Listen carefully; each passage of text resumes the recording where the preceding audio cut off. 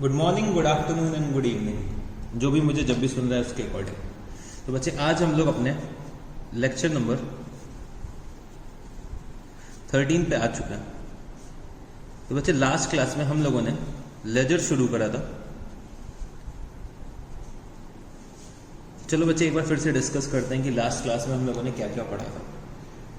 तो बच्चे सबसे पहले हमने ये समझा था कि जो हम अपने जर्नल एंट्रीज पास करते हैं, ठीक है, जर्नल एंट्रीज को हम लोग एक दूसरी बुक्स में लेकर जाते हैं जिसका नाम क्या होता है, लेजर। तो बच्चे हम लोग जर्नल एंट्रीज को क्लासिफाई कर रहे हैं एक बुक में जिसका नाम क्या है, लेजर। फिर बच्चे हमने समझा था जो लेजर होता है हमारा वो क्या होता है, प्रिंसिपल बुक्स ऑफ अकाउंट होता है, प्रिंसिपल बुक्स ऑफ अकाउंट होता है। फिर हमने एक चीज और समझी थी कि जो लेजर में हम लोग ट्रांजैक्शंस रिकॉर्ड करते हैं वो हम लोग क्रोनोलॉजिकल ऑर्डर में रिकॉर्ड करते हैं, क्रोनोलॉजिकल ऑर्डर में रिकॉर्ड करते हैं। मोर ओवर हम लोग लेजर के बेसिस में कुछ एनालिसिस भी कर सकते हैं, जो हम लोगों ने लास्ट क्लास में समझा था। फिर बच्चे जो हम लोग जर्नल एंट्रीज ट्रांसफर करते हैं लेजर में, जो हम लोग जर्नल एंट्रीज लेजर में ट्रांसफर करते हैं, तो बच्चे जो ये प्रोसेस होता है जर्नल एंट्रीज को ट्रांसफर करना लेजर में, इसको हम लोग क्या बोलते थे, पोस्टिंग। फिर बच्चे हम लोगों ने कुछ एग्जांपल्स लिए थे और एग्जांपल्स के बेसिस में दो क्वेश्चंस मतलब हम लोगों ने लास्ट क्लास में सॉल्व किए थे।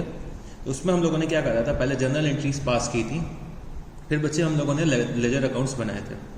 तो एक एग्जाम्पल मैं ले लेता हूँ, जैसे कि मैं कुछ कैपिटल लेकर आया बिजनेस में, तो cash account debit to capital account, cash account debit to capital account, let's say 1 lakh rupees, 1 lakh rupees. तो बच्चे हम लोगों ने समझा था कि हम लोग कैसे अपनी पोस्टिंग करते हैं। तो जैसे कि ये जर्नल एंट्री दे रखी है cash account debit to capital account, तो बच्चे हमें क्या करना होगा इसकी पोस्टिंग के लिए। हमने देखा यहाँ पे कैश अकाउंट मेरा क्या हो रहा है, डेबिट हो रहा है। तो बच्चे मेरे को ये ट्रांजैक्शन अपने कैश अकाउंट के डेबिट साइड में रिकॉर्ड करना होगा with the name of to capital. तो बच्चे मैं अपने कैश अकाउंट के डेबिट साइड में रिकॉर्ड करूंगा टू कैपिटल अकाउंट। और बच्चे जो मैं अपना कैपिटल अकाउंट बना रहा हूँ तब मैं क्या करूंगा, देखता हूँ कि मैं यहाँ पे जो जर्नल एंट्री में कैपिटल अकाउंट मेरा क्या हो रहा है, क्रेडिट हो रहा है। तो कैपिटल अकाउंट के क्रेडिट साइड में मैं क्या रिकॉर्ड करूंगा, कैश के नाम से। और बच्चे मैंने आपको बताया था कि अकाउंटिंग इज एन आर्ट, तो हम लोग क्या करते हैं यहाँ पे बाय लिख देते हैं। तो ये क्या हो जाएगा, बाय कैश के नाम से हम लोग कैपिटल अकाउंट के क्रेडिट साइड पे लिख सकते हैं। मतलब जिसका भी अकाउंट हम लोग बना रहे हैं उसके अपोजिट साइड वाली एंट्री को मेरे को रिकॉर्ड करना है। तो बच्चे जैसे कि कैश अकाउंट के डेबिट साइड में मेरे को क्या रिकॉर्ड करना है, टू कैपिटल अकाउंट। तो बच्चे कैश अकाउंट में मैं क्या रिकॉर्ड करूंगा, टू कैपिटल, और कैपिटल अकाउंट में मैं क्या रिकॉर्ड करूंगा, बाय कैश। फिर बच्चे हमने एक चीज समझी थी कि जितने भी आइटम्स हम लोग डेबिट साइड पे लिखते हैं किसी भी अकाउंट के, जो अकाउंट होता है वैसा कुछ होता है बच्चे। ये जो लेफ्ट हैंड साइड होता है वो डेबिट साइड होती है और जो राइट हैंड साइड होती है वो क्या होती है, क्रेडिट साइड होती है। तो बच्चे जो ये डेबिट साइड है, डेबिट साइड पे जितने भी ट्रांजैक्शंस हम लोग लिखेंगे वो टू करके लिखेंगे, और जो क्रेडिट साइड पे ट्रांजैक्शंस लिखते हैं वो हम लोग क्या करते हैं, बाय से डिनोट करते हैं, ठीक है। तो डेबिट साइड के ट्रांजैक्शंस टू से डिनोट करते हैं और क्रेडिट साइड के ट्रांजैक्शंस बाय से डिनोट करते हैं। फिर बच्चे हम लोगों ने बैलेंसिंग के बारे में समझा था। तो बैलेंसिंग के बारे में हम लोगों ने क्या समझा था, अगर बच्चे मेरा डेबिट का टोटल क्रेडिट के टोटल से ज़्यादा है, अगर मेरा डेबिट साइड का जो टोटल है वो ग्रेटर देन क्रेडिट साइड है, मतलब यहाँ पे कुछ बैलेंस आ रहा होगा। मतलब अगर ये 100 रुपये है तो बच्चे ये टोटल कितना आ रहा है, 80।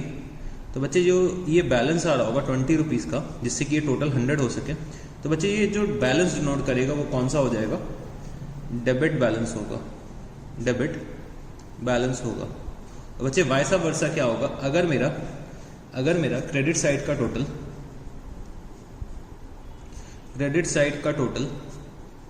अगर डेबिट साइड के टोटल से ज़्यादा है तो total of credit side is greater than the total of debit side, तो बच्चे मेरा क्या आएगा, क्रेडिट बैलेंस आएगा। या फिर मैं ये भी बोल सकता हूँ, अगर मेरा जो बैलेंसिंग फिगर अगर मेरा क्रेडिट साइड आता है तो बच्चे ये डेबिट बैलेंस डिनोट कर रहा है, और बच्चे अगर मेरा बैलेंसिंग फिगर डेबिट साइड आता है तो बच्चे ये क्या डिनोट कर रहा है कि ये मेरा क्रेडिट बैलेंस है। ये सब चीज़ें हम लोगों ने लास्ट क्लास में समझी थी। फिर बच्चे हम लोगों ने अकाउंटिंग सीखी थी, मतलब कैसे हम लोग जर्नल से लेजर में ट्रांसफर करते हैं। ठीक है, तो मतलब अगर कोई एक ट्रांजैक्शन डेबिट साइड पे आ रहा है किसी अकाउंट के, तो वो बच्चे दूसरे अकाउंट के क्रेडिट साइड पे आएगा। मतलब डबल एंट्री सिस्टम क्या कहता है कि एक ट्रांजैक्शन अगर डेबिट साइड पे आ चुका है तो उसका करस्पॉन्डिंग इफेक्ट दूसरे अकाउंट के क्रेडिट साइड पे जाएगा। तो ये सब चीज़ें हम लोगों ने लास्ट क्लास में समझी थी। तो चलो बच्चे, वहीं से मैं आज क्या करने जा रहा हूँ, आज का टॉपिक शुरू करने जा रहा हूँ।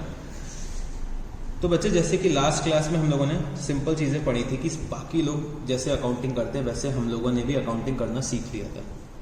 बट बच्चे हम लोगों को कुछ तरीके और मालूम होने चाहिए कि डायरेक्टली हम लोग अपने लेजर अकाउंट्स कैसे बना सकते हैं।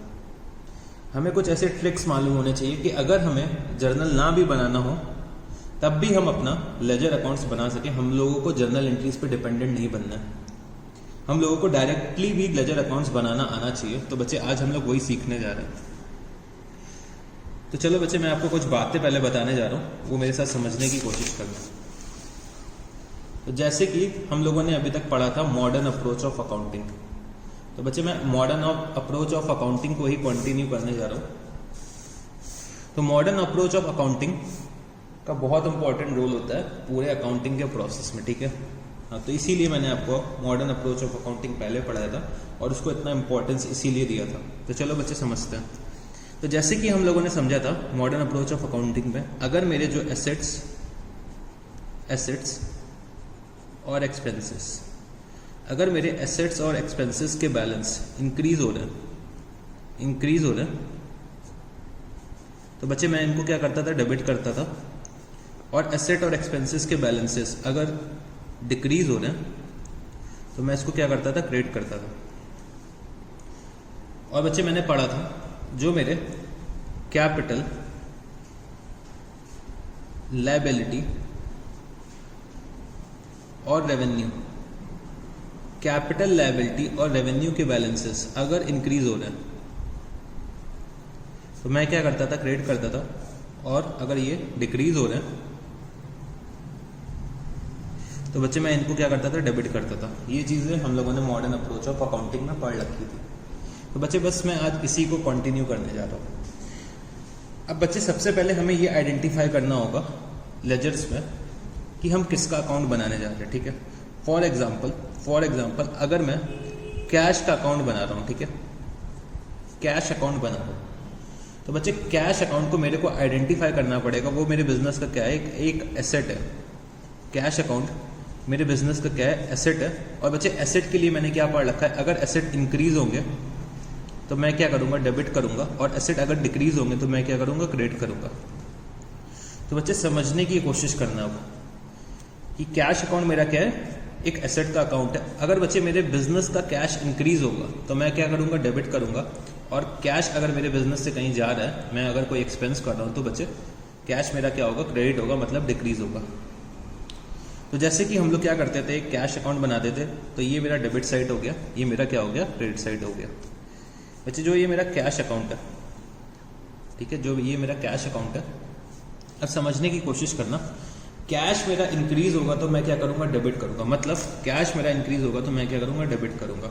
फॉर एग्जाम्पल बच्चे मैं क्या करता हूँ, बिजनेस में कुछ कैपिटल लेकर आता हूँ, तो बच्चे कैपिटल मेरे बिजनेस का इंक्रीज हो रहा होगा, सॉरी कैश मेरे बिजनेस का इंक्रीज हो रहा होगा। तो बच्चे कैश किस वजह से इंक्रीज हो रहा है, कैपिटल की वजह से इंक्रीज हो रहा है। तो बच्चे हमें सबसे पहले समझना है कि मेरे बिजनेस में क्या आ रहा है और क्या जा रहा है, और बच्चे उसके आने और जाने के पीछे का रीजन क्या है। तो बच्चे मेरे बिजनेस में कैश आ रहा है और किस फॉर्म में आ रहा है, कैपिटल के फॉर्म में आ रहा है। तो बच्चे मेरे बिजनेस में अगर कैश इंक्रीज हो रहा है तो हम क्या करेंगे, उसे डेबिट करेंगे। तो मैंने यहाँ पे लिखा to capital account, to capital account. और बच्चे जैसे मैं 1 लाख रुपीस लेकर आया तो मैंने यहाँ पर रिकॉर्ड कर लिया। फिर बच्चे मैंने क्या करा, कैश सेल्स करी, कैश सेल्स करी। तो बच्चे मेरे बिजनेस में कैश फिर से आ रहा होगा, और कैश मेरे बिजनेस का क्या एसेट है। तो अगर कैश इंक्रीज हो रहा है तो मेरे को क्या करना है, डेबिट करना है। तो बच्चे सेल से मेरे पास कैश आएगा, तो मैंने यहाँ लिखा टू सेल्स अकाउंट। तो बच्चे मेरे को जर्नल एंट्री बनाने की जरूरत ही नहीं पड़ी। तो लेट्स टेक कि मैंने 20,000 रुपीज़ की सेल्स करी है। फिर बच्चे मैंने कुछ कैश में परचेजेस करें, तो बच्चे जब परचेज करते हैं तो कैश मेरे बिजनेस से बाहर जाता है, मतलब कैश क्या हो रहा होगा, डिक्रीज हो रहा होगा। तो बच्चे कैश को मेरे को क्या करना पड़ेगा, क्रेडिट करना पड़ेगा। तो बच्चे कैश क्यों मेरे बिजनेस से जा रहा है, परचेजेस की वजह से। तो मैंने यहाँ पे लिखा बाय परचेजेस। तो बच्चे कैश जब डिक्रीज होता है तो हम उसे क्या करते हैं, क्रेडिट करते हैं। तो मैंने यहाँ पे लिखा बाय परचेजेस, बाय परचेजेस और लेट्स टेक ₹15,000। फिर बच्चे मैंने अपने बिजनेस में कुछ एक्सपेंसेस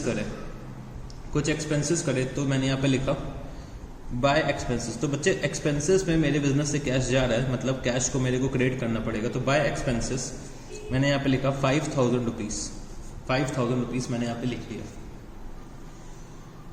तो बच्चे अगर कैश इंक्रीज हो रहा है तो डेबिट करेंगे, कैश डिक्रीज हो रहा है तो हम क्या करेंगे, क्रेडिट करेंगे। तो ये हमें सबसे पहले आइडेंटिफाई करना होगा जिसका अकाउंट बना रहे हैं, जिसका भी अकाउंट बना रहे हैं तो वो बच्चे मेरे बिजनेस में क्या है। जैसे कैश मेरे बिजनेस में एसेट है, तो हम क्या करेंगे, कैश बढ़ेगा तो डेबिट, कैश रिड्यूस होगा तो क्रेडिट। तो बच्चे अगर मैं इसको अगर क्लोजिंग बैलेंस निकालना चाहूँ तो बाय बैलेंस कैरी डाउन, कितना आ जाएगा, तो 1,20,000 माइनस 20,000, 1 लाख रुपीज़ का क्लोजिंग बैलेंस आया। तो बच्चे क्लोजिंग बैलेंस क्रेडिट साइड आ रहा है, तो मतलब ये मेरा क्या है, डेबिट बैलेंस है। अब बच्चे कोई भी अकाउंट होगा, अगर मेरे को किसी भी तरीके का अकाउंट बनाना है तो सबसे पहले मेरे को आइडेंटिफाई करना है कि वो बच्चे किस टाइप का अकाउंट है, उसका नेचर क्या है। मतलब वो मेरा एसेट का अकाउंट है, एक्सपेंसेस का अकाउंट है, कैपिटल का अकाउंट है, लायबिलिटी का अकाउंट है या रेवेन्यू का अकाउंट है। अगर बच्चे वो मैंने आइडेंटिफाई कर लिया तो बच्चे बस मेरे को क्या करना है, मॉडर्न अप्रोच के रूल्स लगा देने। फॉर एग्जाम्पल अगर जैसे कि ये मेरा क्या है, सैलरी अकाउंट है, तो बच्चे सैलरी मेरे क्या होता है, बिजनेस का एक एक्सपेंस होता है। सैलरी मेरे बिजनेस का एक्सपेंस होता है, मतलब अगर सैलरी का एक्सपेंस इंक्रीज होगा तो मैं क्या करूंगा, डेबिट करूंगा, और डिक्रीज होगा तो मैं क्या करूंगा, क्रेडिट करूंगा। ये मैंने लिख लिया यहाँ पर।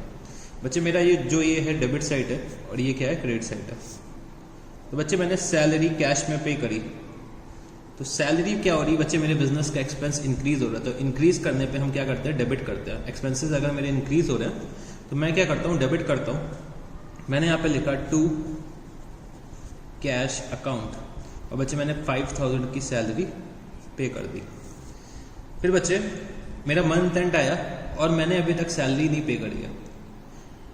जो ये मेरी करंट मंथ की सैलरी है वो मैं नेक्स्ट मंथ में पे करूंगा। तो बच्चे मेरे को मंथ एंड में क्लोजिंग करनी होती है।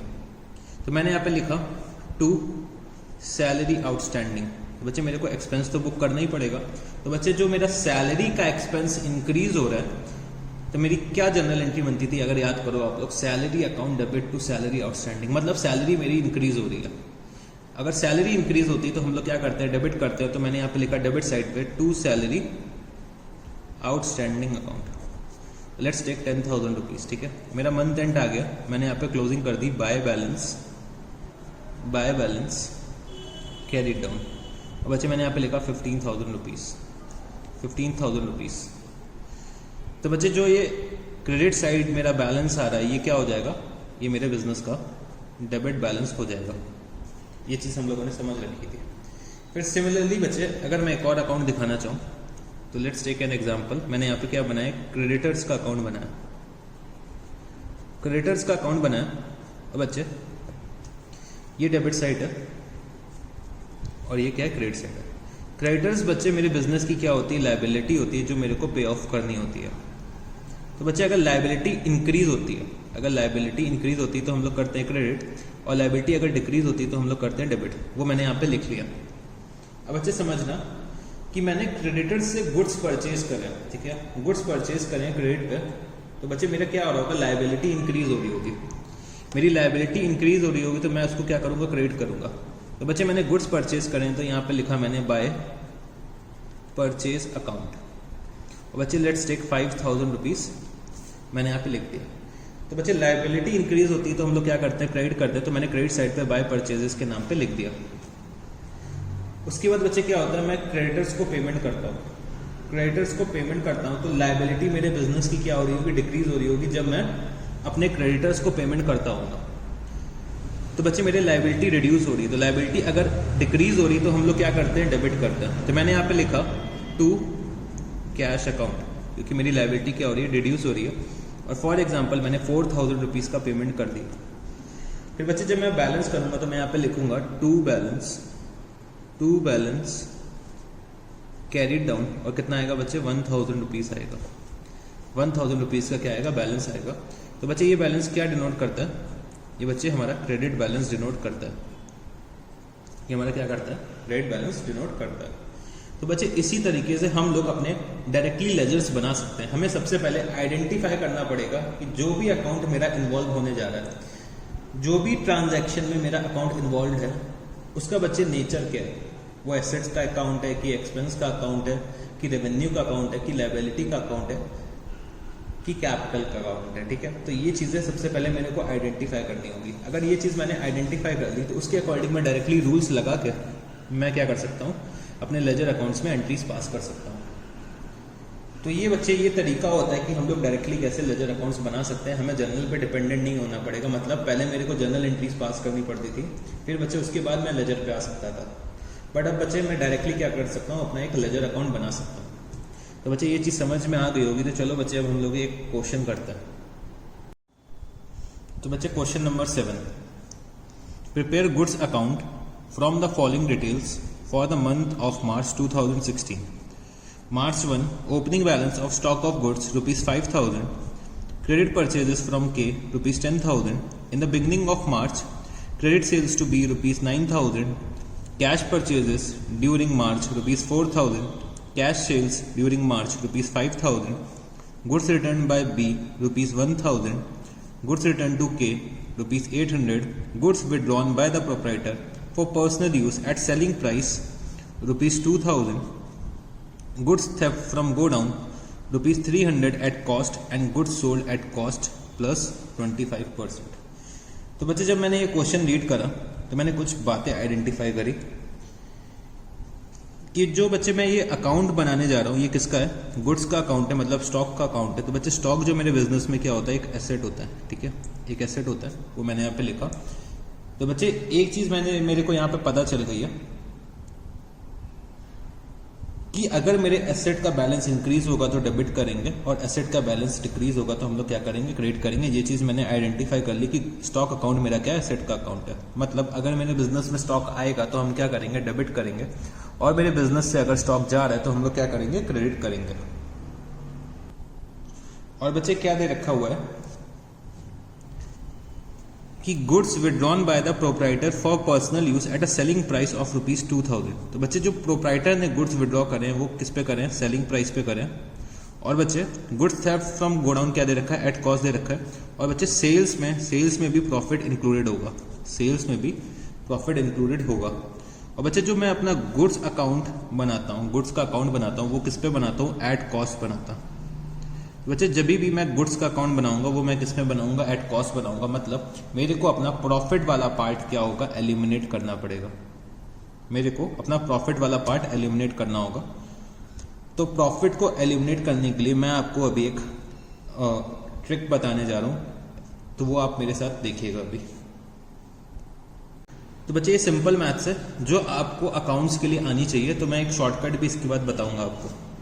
सबसे पहले समझने की कोशिश करते हैं। अगर बच्चे मेरी किसी चीज़ की कॉस्ट लेट्स टेक 100 रुपीज़ है, और बच्चे जो मेरा प्रॉफिट है वो कॉस्ट पे क्या है, 25% है। मेरा जो प्रॉफिट है वो कॉस्ट पे 25% है। तो मेरा प्रॉफिट कितना निकल के आएगा, 25 रुपीज़ का मेरा प्रॉफिट आएगा। तो मैंने यहाँ पे लिखा मेरी सेल्स कितनी बनेगी, 125 rupees, cost plus profit is equal to sales. अगर बच्चे मेरे को सेल्स पे प्रॉफिट का परसेंटेज निकालना हो तो कैसे निकालूंगा, तो मैं यहाँ पे लिखूंगा प्रॉफिट परसेंटेज ऑन सेल्स। अगर मैं निकालना चाहूँ तो बच्चे कितना आएगा, 25 का प्रॉफिट है और बच्चे सेल्स कितनी, 125 इंटू 100। तो बच्चे सेल्स पे जो परसेंट आएगा वो कितना आएगा, 20% आएगा। ठीक है। और बच्चे अगर मैं इसको फ्रैक्शंस के फॉर्म में लिखना चाहूँ तो मैं कैसे लिख सकता हूँ, तो बच्चे जो मेरा प्रॉफिट है वो क्या है, profit is equal to 25/100 of cost, ऐसे मैं लिख सकता हूँ। मतलब profit is equal to 1/4 of cost. मैंने यहाँ पे ऐसा कुछ लिखा कि profit is equal to 1/4 of cost, या फिर मैं इसको ऐसे भी लिख सकता हूँ, profit is equal to 20/100 of sales, 20/100 of sales.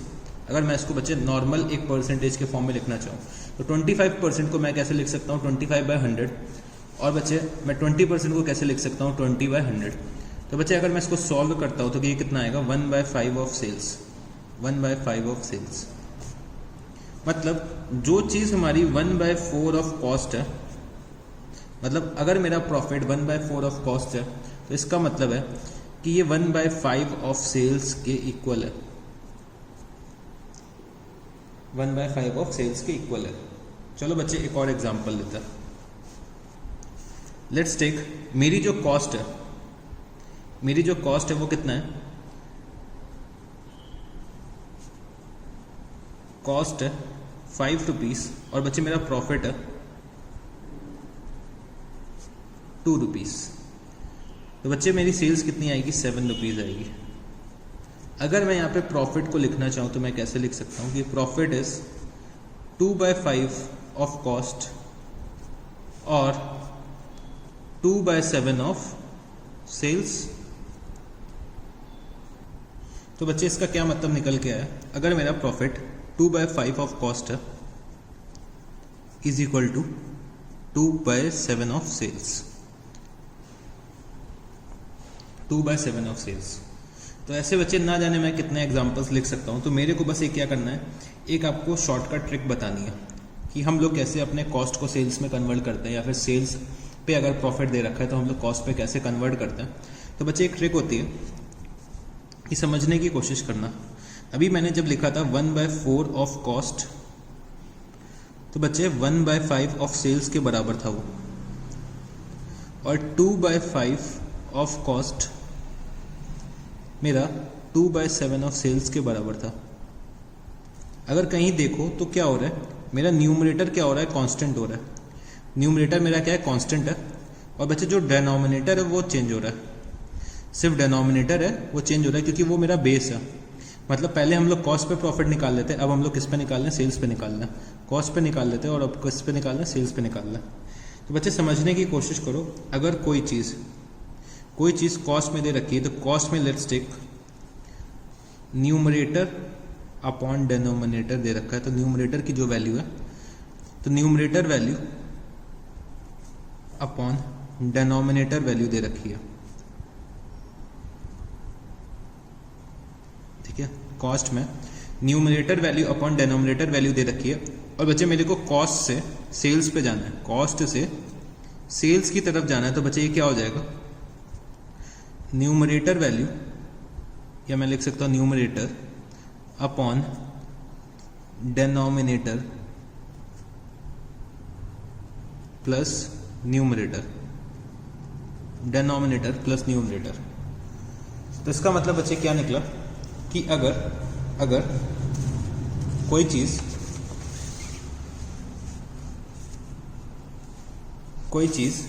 1/4 of cost है,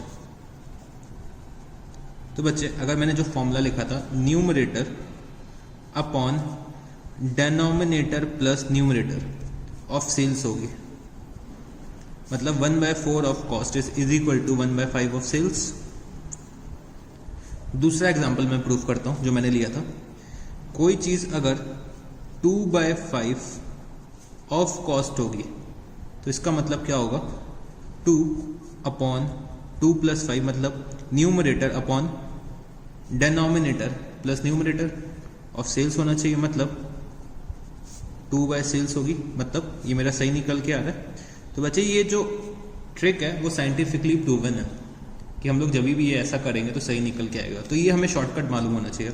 चलो बच्चे एक और एग्जांपल लेते हैं। कोई चीज़ अगर 1/5 ऑफ कॉस्ट है, 1/6 ऑफ कॉस्ट है, 2/9 ऑफ कॉस्ट है,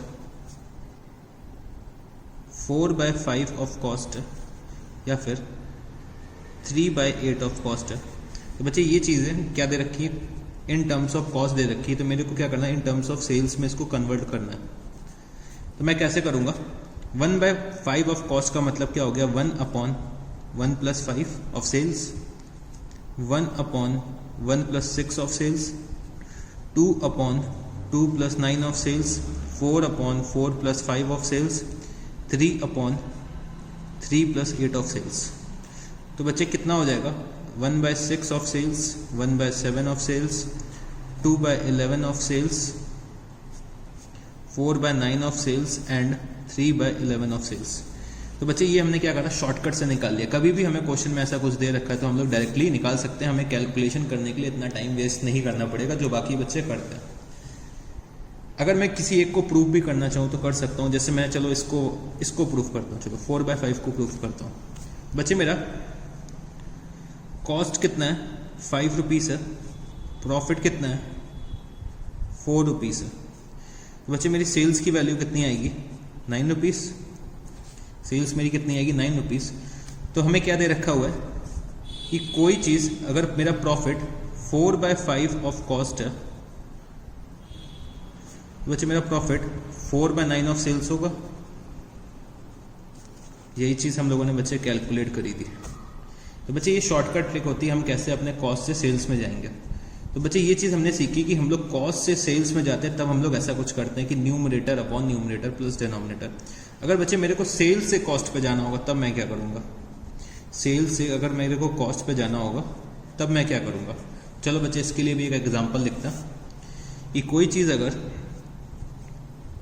1/5 ऑफ सेल्स है, या फिर 2/5 ऑफ सेल्स है, या फिर 3/7 ऑफ सेल्स है, ठीक है। इतने एग्जांपल्स बहुत है करने के लिए। तो बच्चे वो इन टर्म्स ऑफ कॉस्ट क्या होना चाहिए। तो चलो इसको भी हम लोग अगर एनालाइज करते हैं, तो बच्चे मेरी जो सेल्स दे रखी हुई है पहले पार्ट में, सेल्स है 5 रुपीज़, तो बच्चे प्रॉफिट कितना दे रखा है, 1 रुपीज़। तो बच्चे कॉस्ट मेरी कितनी आ जाएगी, 4 रुपीज़। तो बच्चे मेरी कॉस्ट क्या निकल के आएगी, मेरा प्रॉफिट क्या आएगा, 1/4 ऑफ कॉस्ट। दूसरे एग्जाम्पल को देखते हैं।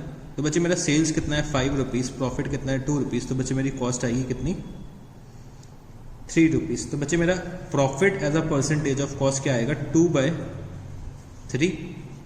फिर बच्चे अगर मैं तीसरा एग्जाम्पल एनालाइज करूं तो 7 रुपीज़ मेरी सेल है, 3 रुपीज़ मेरा प्रॉफिट है, 4 रुपीज़ मेरी कॉस्ट है। तो बच्चे मेरा profit as a percentage of cost क्या आएगा, 3/4। ये चीज़ ऐसी कुछ होनी चाहिए। तो बच्चे अगर मैं इसको शॉर्टकट में लेकर आना चाहूँ तो मैं कैसे लिख सकता हूँ, अगर मैं इसको शॉर्टकट में लेकर आऊँ तो कैसे लिख सकता हूँ। अगर बच्चे सेल्स दे रखा है, सेल्स मतलब न्यूमरेटर अपॉन डेनोमिनेटर जो भी दे रखा है, न्यूमरेटर अपॉन डेनोमिनेटर जो कुछ भी दे रखा है वो ठीक है। अगर मैं सेल्स से कॉस्ट पे जा रहा हूँ तो मैं क्या करूँगा, मेरा न्यूमरेटर तो एज इट इज रहेगा क्योंकि मेरा प्रॉफिट तो कांस्टेंट है। मेरा क्या चेंज हो रहा है, बेस चेंज हो रहा है, मतलब मेरे को अपना बेस चेंज करना है, ठीक है। मेरे को क्या करना है, अपना बेस चेंज करना है। तो मैं क्या करूँगा, डेनोमिनेटर में से मैं क्या करूँगा, न्यूमरेटर को माइनस कर दूंगा। डेनोमिनेटर में से अगर मैं न्यूमरेटर को माइनस कर देता हूँ तो बच्चे मेरा सेल्स जो है वो कॉस्ट में कन्वर्ट हो जाएगा। तो जो बच्चे हम लोगों ने कॉस्ट से अगर सेल्स में जाना है तो हम लोग क्या करते हैं, न्यूमरेटर प्लस डेनोमिनेटर करते हैं। और अगर हम लोग सेल्स से कॉस्ट से आ रहे हैं तो मतलब डेनोमिनेटर माइनस न्यूमरेटर करना है। अगर मैं करके देखना चाहूँ तो एक एग्जाम्पल में मैं करके देखता हूँ। बच्चे सेल्स मेरा कितना है, 1/5 है, ठीक है। अगर मैं अप्लाई करना चाहूँ तो मेरा न्यूमरेटर 1 रहेगा, डेनोमिनेटर यहाँ पे आ जाएगा 5, और बच्चे मेरे को न्यूमरेटर से माइनस करना है तो 5 - 1 तो 1/4 आ जाएगा। तो बच्चे मैंने 1/4 ही लिख रखा है। तो बच्चे ये सब शॉर्टकट्स होते हैं जो हमें याद रखना है। मतलब अगर हम लोग कॉस्ट से सेल्स में जा रहे हैं तो मेरे को क्या करना है, ऐड करना है, और सेल्स से कॉस्ट में जा रहे हैं तो मतलब मेरे को डेनोमिनेटर में से न्यूमरेटर लेस करना है, ठीक है। तो ये क्या हो गया, मेरा शॉर्टकट हो गया। अगर मेरे को कॉस्ट दे रखी है, कॉस्ट पे प्रॉफिट दे रखा है, और बच्चे मेरे को फिगर क्वेश्चन में सेल्स की दे रखी है, कॉस्ट पे प्रॉफिट दे रखा है और फिगर्स मेरे को सेल्स पे दे रखी है, तो कॉस्ट से मैं सेल्स को कॉस्ट के प्रॉफिट को मैं सेल्स में कन्वर्ट कर लूंगा। और अगर सेल्स पे प्रॉफिट दे रखा है और बच्चे मेरे को कॉस्ट दे रखी है तो मैं सेल्स के प्रॉफिट को कॉस्ट में कन्वर्ट कर लूंगा। ये चीज़ मेरे को आनी चाहिए जिससे कि मैं क्या करूँ, अपना टाइम सेव कर सकूँ एग्जाम में। तो चलो बच्चे, जो हम लोग क्वेश्चन नंबर 7 कर रहे थे, इसको चलो फिर से कंटिन्यू करते हैं और इसको सॉल्व करने की कोशिश करते हैं। तो बच्चे, आप लोगों को ये वाला शॉर्टकट समझ में आ गया होगा जो मैंने अभी बताया कि जब हम लोग कॉस्ट से सेल्स में जाते हैं, कॉस्ट से सेल्स में जाते हैं, तो हम लोग क्या करते हैं, ऐड करते हैं। और बच्चे, जब हम लोग सेल्स से कॉस्ट में आते हैं तो हम लोग क्या करते हैं, डिनोमिनेटर माइनस न्यूमरेटर कर देते हैं। तो चलो बच्चे, अब क्वेश्चन नंबर 7 को सॉल्व करने की कोशिश करते हैं। तो मेरे साथ आप लोग भी गुड्स अकाउंट बना लीजिए, ठीक है। Goods account. तो बच्चे, गुड्स का अकाउंट जो होता है वो मेरा क्या है, एक एसेट का अकाउंट है। और एसेट के अगर बैलेंसेस इंक्रीज हो रहे हैं तो मैं क्या करूंगा, डेबिट, और अगर डिक्रीज हो रहे हैं तो मैं क्या करूंगा, क्रेडिट। और बच्चे, मेरे साथ फॉर्मेट ड्रॉ कर लो आप लोग भी। तो बच्चे, पर्टिकुलर्स,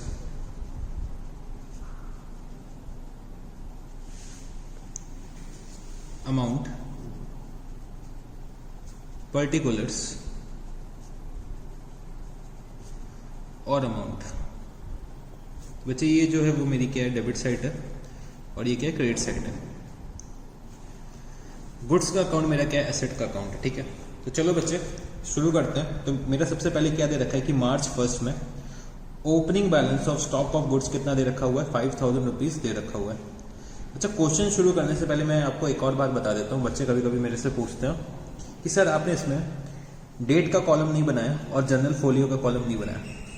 तो बच्चे, मेरे को ना ही डेट्स की जरूरत है इस क्वेश्चन में, क्योंकि ना ही डेट्स दे रखी हुई हैं, और बच्चे जनरल फोलियो का कॉलम भी ऐसा रिक्वायर्ड नहीं है। तो हम लोग क्या कर सकते हैं, अपने लेजर अकाउंट्स को अपने फ्लेक्सिबिलिटी के हिसाब से एडजस्ट कर सकते हैं। मतलब अगर कोई कॉलम की जरूरत मेरे को नहीं है तो मैं क्या कर सकता हूँ, उसको हटा सकता हूँ। तो उसके बाद क्या दे रखा है कि बच्चे, opening balance of stock of goods कितना है, ₹5000। तो बच्चे, जो मेरे एसेट्स के अकाउंट होते हैं उनका हमेशा क्या होता है, डेबिट बैलेंस होता है।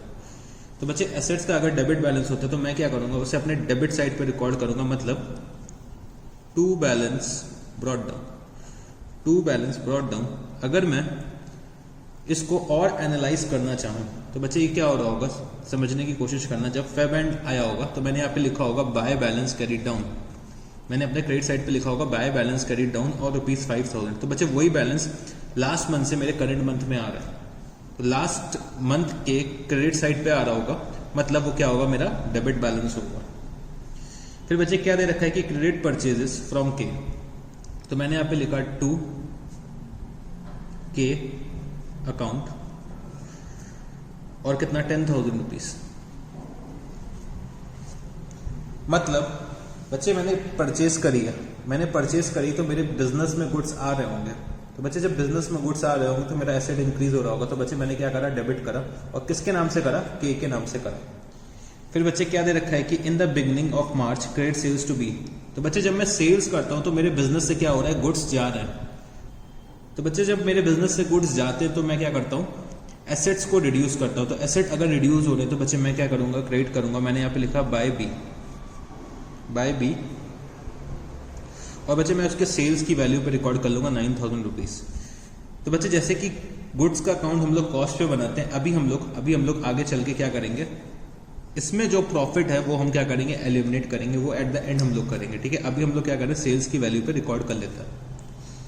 फिर क्या दे रखा है कि कैश परचेजेस ड्यूरिंग मार्च ₹4,000। तो बच्चे, मैंने फिर से परचेज करी है, मेरे बिजनेस में क्या आ रहा होगा, गुड्स आ रहा होगा। तो एसेट का बैलेंस क्या होगा, इंक्रीज होगा।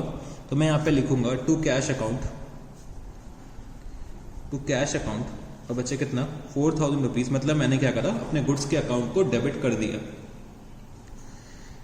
फिर बच्चे, दे रखा है कि कैश सेल्स ड्यूरिंग मार्च ₹5,000। तो बच्चे, मैं क्या कर रहा हूँ, सेल्स कर रहा हूँ, मतलब मेरे बिजनेस से गुड्स जा रहे होंगे। तो बच्चे, मेरे बिजनेस से जब गुड्स जाते हैं तो मैं क्या करता हूँ, एसेट्स को रिड्यूस करता हूँ, मतलब क्रेडिट करूंगा। तो मैंने यहाँ पे लिखा बाय कैश अकाउंट, और कितना, 5,000 रुपीज। तो बच्चे, इस सेल्स में भी क्या होगा, प्रॉफिट इंक्लूडेड होगा। वो मेरे को क्या करना है, बाद में चल के एलिमिनेट करना है। फिर मैंने लिखा गुड्स रिटर्न बाय बी ₹1,000। तो बच्चे, गुड्स बी ने कुछ मेरे को रिटर्न कर दिया, मतलब मेरी क्या है, सेल्स रिटर्न है। सेल्स रिटर्न हो रही है, तो मतलब मेरे बिजनेस में गुड्स वापस आ रहे हैं। मेरे बिजनेस में गुड्स आ रहे हैं, मतलब मेरे बिजनेस का एसेट्स इंक्रीज हो रहा होगा। मैं क्या करूंगा, डेबिट करूंगा। तो बच्चे, मैंने बी के नाम से पी के नाम से डेबिट करा कितना 1000 रुपीज। फिर बच्चे क्या दे रखा है कि गुड्स रिटर्न टू के रुपीज 800। तो बच्चे मैंने क्या करा, गुड्स वापस कर रहे हैं के को। तो बच्चे मेरे बिजनेस से गुड्स जा रहे होंगे, मेरा क्या है परचेज रिटर्न है। अगर मेरे बिजनेस से गुड्स जा रहे हैं तो मेरा एसेट रिड्यूस हो रहा होगा, मतलब मैं क्या करूंगा, क्रेडिट करूंगा। तो मैंने यहाँ पे लिखा बाय के अकाउंट कितना 800 रुपीज, ठीक है 800 रुपीज। फिर दे रखा है बच्चे की goods withdrawn by the proprietor for personal use at a selling price of ₹2000। तो बच्चे गुड्स जो प्रोपराइटर ने विड्रॉ करें वो एट अ सेलिंग प्राइस कर रखे, मतलब अब मेरे को इसको क्या करना होगा, इसको कॉस्ट पे लेकर आना पड़ेगा। तो बच्चे जो प्रोपराइटर गुड्स लेकर जा रहे हैं, ठीक है प्रोपराइटर गुड्स लेकर जा रहा है, मतलब मेरे बिजनेस के एसेट्स डिक्रीज हो रहे हैं, तो मतलब मेरे को क्रेडिट साइड तो लिखना होगा। तो मैंने यहाँ पे लिखा बाय ड्रॉइंग्स, क्योंकि वो क्या कर रहा है पर्सनल यूज के लिए लेकर जा रहा है। तो मैंने यहाँ लिखा बाय ड्रॉइंग्स अकाउंट।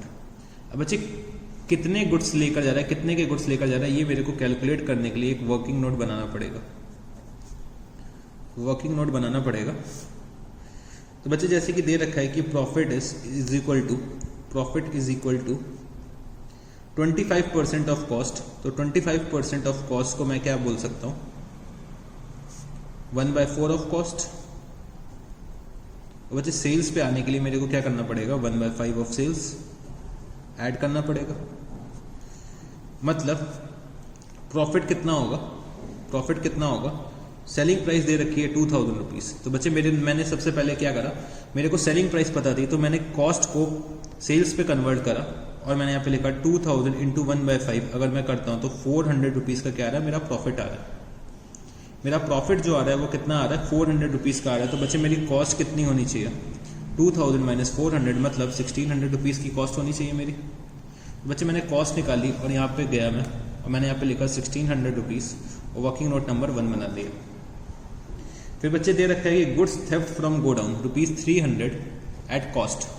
तो बच्चे गुड्स क्या हुए, चोरी हो गए मेरे गोडाउन से।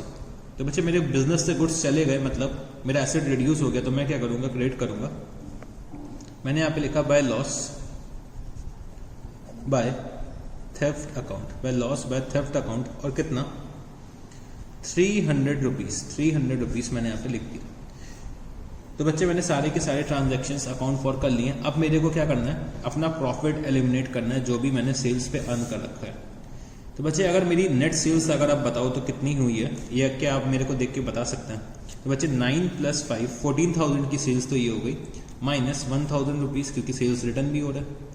तो नेट सेल्स अगर मैं देखना चाहूँ तो कितना आएगा, 13,000 रुपीज़ आएगा। तो मैंने यहाँ पे लिखा working note number 2, net sales अगर मैं देखना चाहूँ तो कितना आएगा। तो बच्चे मैंने कैश सेल्स कर रखी है 5,000 रुपीज़ की और क्रेडिट सेल्स कर रखी है 9,000 माइनस 1,000 रुपीज़ की। तो मतलब टोटल 13,000 रुपीज़ की मैंने क्या कर रखा है, सेल्स कर रखी है। 13,000 रुपीज़ की मैंने क्या कर रखा है, टोटल सेल्स कर रखी है। और बच्चे मैंने जो अभी कैलकुलेट करा था कि जो मेरा प्रॉफिट है, प्रॉफिट जो है वो क्या है 1/5 ऑफ सेल्स है। अगर मैं इसका 1/5 निकालता हूँ तो कितना आएगा, 2600 रुपीज़। मतलब बच्चे ये मेरा प्रॉफिट है, ये मेरा क्या हो गया, प्रॉफिट आ गया कितना, 2600 रुपीज़ मेरा प्रॉफिट आ गया। अब बच्चे इस प्रॉफिट को मेरे को क्या करना होगा, एलिमिनेट करना होगा गुड्स के अकाउंट से, क्योंकि गुड्स का अकाउंट जो है वो मैं किस पे बनाता हूँ, कॉस्ट पे बनाता हूँ। तो मैंने यहाँ पे लिखा प्रॉफिट को एलिमिनेट करने के लिए, तो टू प्रॉफिट ऑन सेल्स, मैंने क्या करा, अपना प्रॉफिट एलिमिनेट कर दिया। मतलब क्रेडिट साइड पे मैंने लिखा होगा, अगर मैं इसको और इजी करने के लिए आपको बोलूँ तो मैंने क्रेडिट साइड पे लिखा होगा कॉस्ट प्लस प्रॉफिट, यही मैंने लिख रखा होगा। तो बच्चे प्रॉफिट अगर मैंने क्रेडिट साइड पे लिख रखा है तो इसको एलिमिनेट करने के लिए डेबिट साइड पे मैंने फिर से प्रॉफिट लिख दिया। तो बच्चे प्रॉफिट क्या हो गया, कैंसिल आउट हो गया और मेरा क्या बचा, सिर्फ कॉस्ट रह गई। तो वही चीज़ मैं यहाँ पे क्या कर रहा हूँ, यहाँ पे सेल्स पे प्रॉफिट इंक्लूड होगा तो एलिमिनेट करने के लिए मैंने यहाँ पे डेबिट साइड पे लिख दिया। और बच्चे कितने लिख दिया, 2600 रुपीज़ का प्रॉफिट लिख दिया। फिर मैंने क्या करा, अपना क्लोजिंग बैलेंस गुड्स का निकाला, तो बाय बैलेंस कैरीड डाउन। तो बच्चे अगर मैं इधर साइड का डेबिट साइड का टोटल करता हूँ तो मेरा कितना आएगा, 22,600। तो बच्चे इधर का भी 22,600 होना चाहिए, बट बच्चे क्रेडिट का टोटल कम आ रहा है, मतलब मेरा क्या आएगा, क्लोजिंग बैलेंस आएगा। और क्लोजिंग बैलेंस अगर मैं कैलकुलेट करता हूँ तो ये आ रहा है 5900 रुपीज़, ठीक है, 5900 रुपीज़, और ये क्रेडिट साइड आ रहा है तो मतलब इसका क्या हुआ, ये मेरा क्या होगा, डेबिट बैलेंस होगा। तो अब जैसे कि मैंने बताया था मेरे एसेट्स के बैलेंस हमेशा क्या होता है, डेबिट होता है, तो बच्चे ये मेरा क्या आएगा, डेबिट बैलेंस आएगा। तो बच्चे आपको ये वाला क्वेश्चन समझ में आ गया होगा। तो चलो बच्चे एक और क्वेश्चन हम लोग सॉल्व करने की कोशिश करते हैं। तो बच्चे question number 2, prepare the ledger accounts on the basis of following transactions in the books of a traders. Debit balances on January 1, 2015, cash in hand कितना है 8000 रुपीज़, कैश एट बैंक कितना है 25,000 रुपीज़, इन्वेंट्री ऑफ गुड्स कितना है 20,000 rupees, building कितनी है 10,000 rupees की, trade receivables Vijay and Madhu 2,000 rupees each है। क्रेडिट बैलेंसेस ऑन जनवरी 1, 2015, तो बच्चे ट्रेड पेबल्स आनंद का है जो 5,000 रुपीज़ है, कैपिटल कितना है 55,000 rupees. Following were further transactions in the month of January 2015। तो January 1, purchase goods worth ₹5,000 payable at a later date for cash less 20% rate discount and 5% cash discount. तो बच्चे ये यहाँ पे ठीक है, एंड 5% कैश डिस्काउंट। फिर January 4, received ₹1980 from Vijay and allowed him ₹20 as discount. January 8, purchased plant from Mukesh for ₹5,000 and paid ₹100 as cartage for bringing the plant to the factory and another ₹200 as installation charges. January 12, sold goods to Rahim on credit ₹600. Rahim became insolvent and could pay only 50 पैसा in a rupee. तो ये बच्चे कब का transaction है, जनवरी 15। फिर जनवरी 18, sold goods to Ram for cash ₹1,000। तो बच्चे ये कुछ ट्रांजैक्शंस हैं जो मेरे को अपने लेजर अकाउंट्स में डायरेक्टली रिकॉर्ड करने हैं इन द मंथ ऑफ जनवरी 2015, और मेरे को कुछ लेजर के ओपनिंग बैलेंसेस दे रखे हुए हैं। तो बच्चे इतने लेजर्स तो मेरे को बनाने ही बनाने हैं, और भी मेरे को कोई ज़रूरत पड़ी तो वो भी लेजर मेरे को बनाना पड़ेगा। तो बच्चे इस क्वेश्चन को शुरू करने से पहले मेरे को आपसे कुछ बातें करनी है, तो चलो मैं पहले आपको कुछ बातें बता देता हूँ। क्वेश्चन नंबर 2 को शुरू करने से पहले मैं कुछ बातें बताने जा रहा हूँ यहाँ पर। तो बच्चे मेरे साथ समझने की कोशिश करना कि जो मेरे जितने भी एसेट्स होते हैं, ठीक है, जितने भी एसेट्स होते हैं मेरे बिजनेस के, उनके जो ओपनिंग बैलेंसेस होते हैं वो क्या होते हैं, डेबिट होता है। मेरे जितने भी एसेट्स के ओपनिंग बैलेंसेस होते हैं उनकी क्या होता है, बैलेंस डेबिट बैलेंस होता है।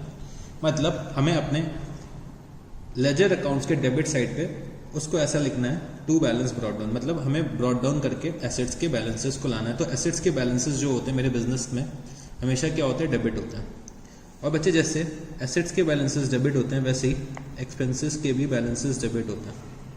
जो हम लोगों ने मॉडर्न अप्रोच पढ़ रखा था उसमें हमने ये समझा था कि एसेट्स अगर इंक्रीज होते हैं तो हम लोग क्या करते हैं, डेबिट करते हैं। एक्सपेंसेस अगर इंक्रीज होते हैं तो हम लोग क्या करते हैं, डेबिट करते हैं। तो बच्चे एसेट्स और एक्सपेंसेस इंक्रीज हो रहे होंगे तो बच्चे उनका डेबिट बैलेंस ही तो होगा।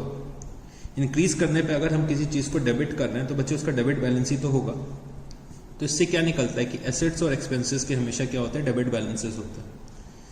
फिर बच्चे जो मेरे बिजनेस की कैपिटल होती है, लायबिलिटी होती है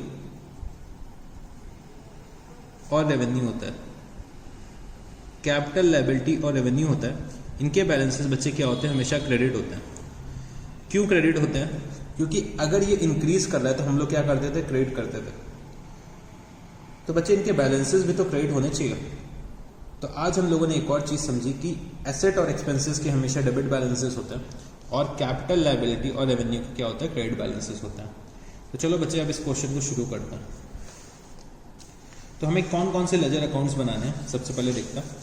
एक तो बच्चे हमें जो बनाना है वो कौन सा है, कैश इन हैंड का अकाउंट बनाना है, मतलब कैश अकाउंट बनाना है। Cash at bank, bank account बनाना है। इन्वेंट्री ऑफ गुड्स बनाना है, मतलब गुड्स का अकाउंट बनाना है। बिल्डिंग का अकाउंट बनाना है। विजय का अकाउंट बनाना है। मधु का अकाउंट बनाना है। आनंद का अकाउंट बनाना है और कैपिटल का अकाउंट बनाना है। कितने अकाउंट्स मेरे को बनाने हैं। तो चलो बच्चे सारे अकाउंट्स फटाफट हम लोग फॉर्मेट पहले बना लेते हैं। तो हम लोगों ने शुरू करा। तो सबसे पहला जो अकाउंट मेरा था वो किसका था, कैश का अकाउंट था। मैंने यहाँ पे लिखा कैश अकाउंट, कैश अकाउंट। फिर बच्चे मैंने यहाँ पे थोड़ा स्पेस दे के लिखा bank account. Cash account, bank account. उसके बाद बच्चे कौन सा अकाउंट है मेरा, इन्वेंट्री ऑफ गुड्स अकाउंट। तो बच्चे गुड्स का जो अकाउंट है वो बहुत छोटा सा बनेगा क्योंकि कोई भी ट्रांजैक्शन उससे रिलेटेड नहीं है। मैंने यहाँ पे लिख दिया गुड्स अकाउंट।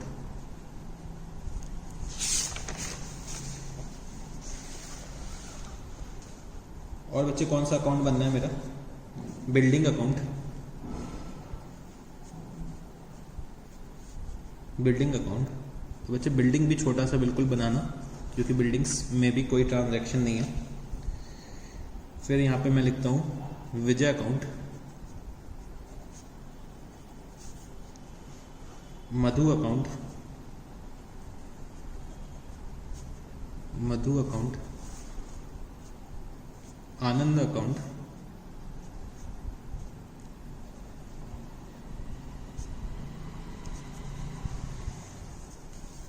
बच्चे यहाँ पे मैं लिखता हूँ किसका, कैपिटल अकाउंट। तो बच्चे इतने अकाउंट्स दे रखे थे वो मैंने क्या करा, लिख लिए। और चलो अब क्विकली इनके फॉर्मेट्स बना लो। तो बच्चे मैंने अपने फॉर्मेट्स बना लिया, आप भी बना लीजिए। तो ये हो जाएगा डेट का column, particulars, amount, date, particulars और अमाउंट। ठीक है, इतने कॉलम्स मेरे को बनाने हैं। तो बाकी सब में भी आप लोग बना लेना, मेरे लिए बाकी क्या हो जाएंगे, बाकी सब कॉलम्स अंडरस्टूड हो जाएंगे। आप लोगों को ये भी लिखना है, बाकी कॉलम्स में भी हेडिंग्स डालनी है। ठीक है, तो चलो अब हम लोग शुरू करते हैं इस क्वेश्चन को। तो कैश का मेरे को पता है क्या, ओपनिंग बैलेंस है। ओपनिंग बैलेंस है, मैंने यहाँ पे लिखा 2015 Jan 1। और बच्चे कैश का क्या होता है, डेबिट बैलेंस होता है। तो मैंने यहाँ लिखा to balance brought down. To balance brought down मतलब मेरा ओपनिंग के बैलेंस को हमेशा मैं कैसे डिनोट करता हूँ, टू बैलेंस ब्रॉट डाउन। मैं क्या कर रहा हूँ, पिछले मंथ से कैरी डाउन करके ला रहा हूँ। तो इस मंथ के लिए क्या हो जाएगा, ब्रॉट डाउन। फिर बच्चे मैंने यहाँ पे लिखा कितना, 8000 रुपीज़। फिर दे रखा है कैश एट बैंक रुपीज़ 25,000। तो मैंने यहाँ पे लिखा 2015 Jan 1 to balance brought down. सारे बैलेंसेस मैं सबसे पहले लिख लेता हूँ। तो to balance brought down 25,000 rupees. फिर बच्चे मेरा जो नेक्स्ट बैलेंस दे रखा है वो किसका है, इन्वेंट्री का है। तो मैंने गुड्स अकाउंट लिखा और यहाँ पे लिखा 2015 Jan 1 to balance brought down, to balance brought down. और बच्चे कितना दे रखा हुआ है, 20,000 रुपीज़ दे रखा हुआ है। फिर बच्चे इसके बाद बिल्डिंग्स अकाउंट। तो बच्चे बिल्डिंग का भी मेरा क्या होता है, डेबिट बैलेंस होता है। तो मैंने यहाँ पे लिखा 2015 Jan 1 to balance brought down. To balance brought down, building का कितना बैलेंस आ रहा है, 10,000 रुपीज़ का बैलेंस आ रहा है। किसका, बिल्डिंग का आता है। फिर बच्चे ट्रेड रिसीवेबल्स मेरे कौन कौन से हैं, विजय और मधु, दोनों का क्या है, 2,000 रुपये का बैलेंस आ रहा है। तो मैंने यहाँ लिखा 2015 Jan 1 to balance brought down कितना, 2,000 रुपीज़। 2,000 रुपीज़ मैंने विजय का लिखा और 2,000 रुपीज़ मैंने किसका लिखा, मधु का भी लिख दिया। तो टू बैलेंस ब्रॉट डाउन। तो मधु का कितना है, 2,000 रुपीज़, वो भी मैंने लिख दिया। फिर बच्चे आनंद का क्या है, क्रेडिट बैलेंस दे रखा हुआ है। तो बच्चे आनंद का क्रेडिट बैलेंस दे रखा है, मतलब आनंद मेरे बिजनेस में क्या होगा, क्रेडिटर होगा जरूर से। तो by balance brought down 2015 Jan 1। तो मैंने यहाँ पे लिखा कितना, 5,000 रुपीज़। फिर बच्चे मैंने यहाँ पे लिखा 2015 Jan 1 by balance brought down. Capital का भी क्या होता है, क्रेडिट बैलेंस होता है। तो मैंने क्रेडिट साइड पे लिख दिया बाय बैलेंस ब्रॉट डाउन कितना, 55,000 रुपीज़। तो बच्चे सबसे पहले मैंने क्या करा, अपने ओपनिंग बैलेंसेस सारे के सारे लिख लिया। अब चलो बच्चे एक एक ट्रांजैक्शंस पढ़ते जाते हैं और हम अपने लेजर अकाउंट्स में उसको क्या करते हैं, डायरेक्टली पोस्ट करते हैं। अब मेरे को क्या करना है, जर्नल एंट्री नहीं पास करनी है। पर बच्चे अगर मेरे को लगा कि कहीं हम अटक रहे हैं तो हम लोग उसको जर्नल एंट्रीज बना के भी पोस्ट कर सकते हैं। तो चलो हम लोग शुरू करते हैं। तो सबसे पहला ट्रांजैक्शन दे रखा हुआ है कि purchase goods worth ₹5,000 payable at a later date for cash less 20% trade discount and 5% cash discount. तो मैंने क्या करा है बच्चे, गुड्स परचेज करा है। तो गुड्स परचेज करने के लिए मेरे को एक क्या अकाउंट बनाना पड़ेगा, परचेज अकाउंट बनाना पड़ेगा। तो मैंने यहाँ पे लिखा परचेज अकाउंट, परचेज अकाउंट, और मैंने गुड्स परचेज कब किए, 1 जनवरी को करें। तो बच्चे गुड्स मैं परचेज कर रहा हूँ, ठीक है, गुड्स मैं क्या कर रहा हूँ, परचेज कर रहा हूँ। तो परचेज अकाउंट मेरा क्या है, परचेज अकाउंट मेरा एक्सपेंस का अकाउंट है। अगर एक्सपेंसेस इंक्रीज होते हैं तो हम क्या करते हैं, डेबिट करते हैं, और अगर रिड्यूस होते हैं तो हम क्या करते हैं, क्रेडिट करते हैं। तो बच्चे मैं परचेज करके ला रहा हूँ, मतलब मेरे एक्सपेंसेस इंक्रीज हो रहे हैं। तो मैंने यहाँ पे लिखा डेबिट साइड में, क्योंकि एक्सपेंसेस इंक्रीज होते हैं तो हम क्या करते हैं, डेबिट करते हैं। तो 2015 जनवरी 1, और बच्चे मैंने क्या लिखा, to cash account, to cash account. और बच्चे मैंने कितने में परचेज करी होगी, तो बच्चे जो 5,000 रुपीज दे रखा हुआ है और उस पर 20% ट्रेड डिस्काउंट है और 5% कैश डिस्काउंट है। अगर मैं इस क्वेश्चन को और एनालाइज करूं तो बच्चे ये जो ट्रांजैक्शन दे रखा हुआ है इंस्टीट्यूट ने, ये बच्चे इंस्टीट्यूट का ही क्वेश्चन है, स्टडी मटेरियल का ही क्वेश्चन है। तो बच्चे इस क्वेश्चन में क्या है, एक फ्लॉ है। क्वेश्चन में फ्लॉ क्या है इस ट्रांजैक्शन में, समझने की कोशिश करना। Purchase goods worth ₹5,000 payable at a later date लिख रखा है, payable at a later date लिख रखा है, और यहाँ आगे लिख दिया फॉर कैश। बच्चे इसका क्या मतलब हुआ, दोनों पॉइंट्स आपस में कॉन्ट्राडिक्ट कर रहे हैं। पहले लिख दिया पेबल एट लेटर डेट और फिर लिख दिया क्या, फॉर कैश। तो बच्चे दोनों पॉइंट्स आपस में कॉन्ट्राडिक्ट कर रहे हैं। तो बच्चे मैं क्या मानूंगा कि कैश में ही परचेज करा हुआ है, ठीक है। तो परचेज गुड्स हमने कितने के कर रखे, 5,000 के, 20% ट्रेड डिस्काउंट हो गया, मतलब 5,000 का अगर 20% में निकालता हूँ तो 1,000 रुपीज़ आया। तो बच्चे नेट में मैंने कितना, 4,000 रुपीज़ में परचेज करा होगा, और 5% क्या है, कैश डिस्काउंट है। तो बच्चे मैंने 3,800 रुपीज़ का पेमेंट करा होगा। अगर मैं इसको लिखना चाहूँ तो कैसे लिख सकता हूँ, एक तो मेरे को क्या करना है, एक छोटा सा मैं वर्किंग नोट ही बना लेता हूँ उसके लिए। जो लिस्ट प्राइस थी वो कितनी है, लिस्ट प्राइस 5,000 रुपीज़ की लिस्ट प्राइस है। ट्रेड डिस्काउंट कितना है, 20%, मतलब 1,000 रुपीज़ का ट्रेड डिस्काउंट है। तो बच्चे परचेज प्राइस 4,000 रुपीज़ की हुई, और कैश डिस्काउंट कितना है, 5% है, मतलब 200 रुपीज़। तो मैंने कितना पे करा होगा, 3,800 रुपीज़ का मैंने क्या करा होगा, पेमेंट करा होगा। तो बच्चे कैश अकाउंट के नाम से मैंने लिखा 3,800, और यहाँ पे लिख दिया टू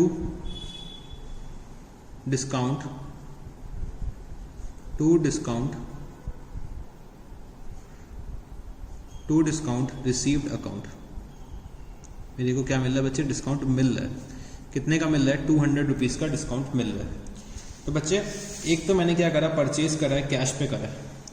तो बच्चे ये जो एंट्री है वो कहाँ पे जाएगी, कैश में भी जाएगी, क्योंकि बच्चे मेरे बिजनेस से कैश जा रहा है। तो बच्चे अगर मैंने परचेज के डेबिट साइड में लिखा है तो मैं क्या करूँगा, कैश के क्रेडिट साइड पे लिखना चाहिए मेरे को। तो मैंने यहाँ पे लिखा 2015 Jan 1 बाय परचेज अकाउंट। कितना पेमेंट करा है मैंने, 3,800 रुपीज़ का। अगर मैं डायरेक्टली भी करना चाहूँ तो मैं कैसे कर सकता हूँ बच्चे, कैश अकाउंट मेरा क्या होता है, कैश अकाउंट मेरा क्या होता है, एसेट का अकाउंट होता है। और बच्चे एसेट अगर मेरे इंक्रीज होते हैं तो मैं क्या करता हूँ, डेबिट करता हूँ, और बच्चे अगर एसेट्स मेरे डिक्रीज होते हैं तो मैं क्या करता हूँ, क्रेडिट करता हूँ। तो बच्चे यहाँ पे मेरे एसेट्स डिक्रीज हो रहे हैं, परचेज कर रहा हूँ तो मैंने कैश में पेमेंट करा है। तो बच्चे 3,800 रुपीज़ से मेरा क्या हो रहा है, कैश रिड्यूस हो रहा है।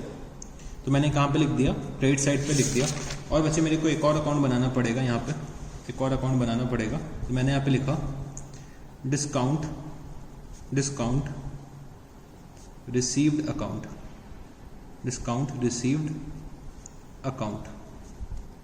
मैंने यहाँ पे बच्चे लिखा 2015 Jan 1, और बच्चे डिस्काउंट रिसीव हो रहा है तो मतलब मेरे लिए क्या एक इनकम है। इनकम मेरी अगर बढ़ती तो मैं क्या करता हूँ, क्रेडिट करता हूँ। तो मैंने यहाँ पे लिखा बाय परचेजेस अकाउंट, कितना, 200 रुपीज़। अगर मैं डायरेक्टली भी लिखना चाहता तो लिख सकता था, अगर परचेज अकाउंट में डेबिट हो रहा है तो मतलब डिस्काउंट के अकाउंट में क्या होगा, क्रेडिट होगा। तो बच्चे ये वाला ट्रांजैक्शन हम लोगों ने क्या करा, पोस्ट कर लिया। तो हम लोग नेक्स्ट ट्रांजैक्शन पे चलते हैं। क्या दे रखा है कि received 1980 from Vijay and allowed him 20 as discount. तो बच्चे मेरे को 1980 रुपीज़ विजय से मिले। तो सबसे पहले तो बच्चे मेरा कैश इंक्रीज हो रहा होगा, मेरे को विजय से कैश मिल रहा है तो मेरा क्या हो रहा होगा, कैश इंक्रीज हो रहा होगा। तो मैंने यहाँ लिखा Jan four to cash account, sorry to Vijay account, to Vijay account, मेरे को विजय से कैश मिल रहा है तो मैं क्या लिखूंगा, टू विजय अकाउंट। और बच्चे कितना कैश मिल रहा है, 1980। मेरे बिजनेस का कैश इंक्रीज हुआ तो मैंने क्या करा, डेबिट करा। और डेबिट किसके नाम से करा, विजय के नाम से कर दिया।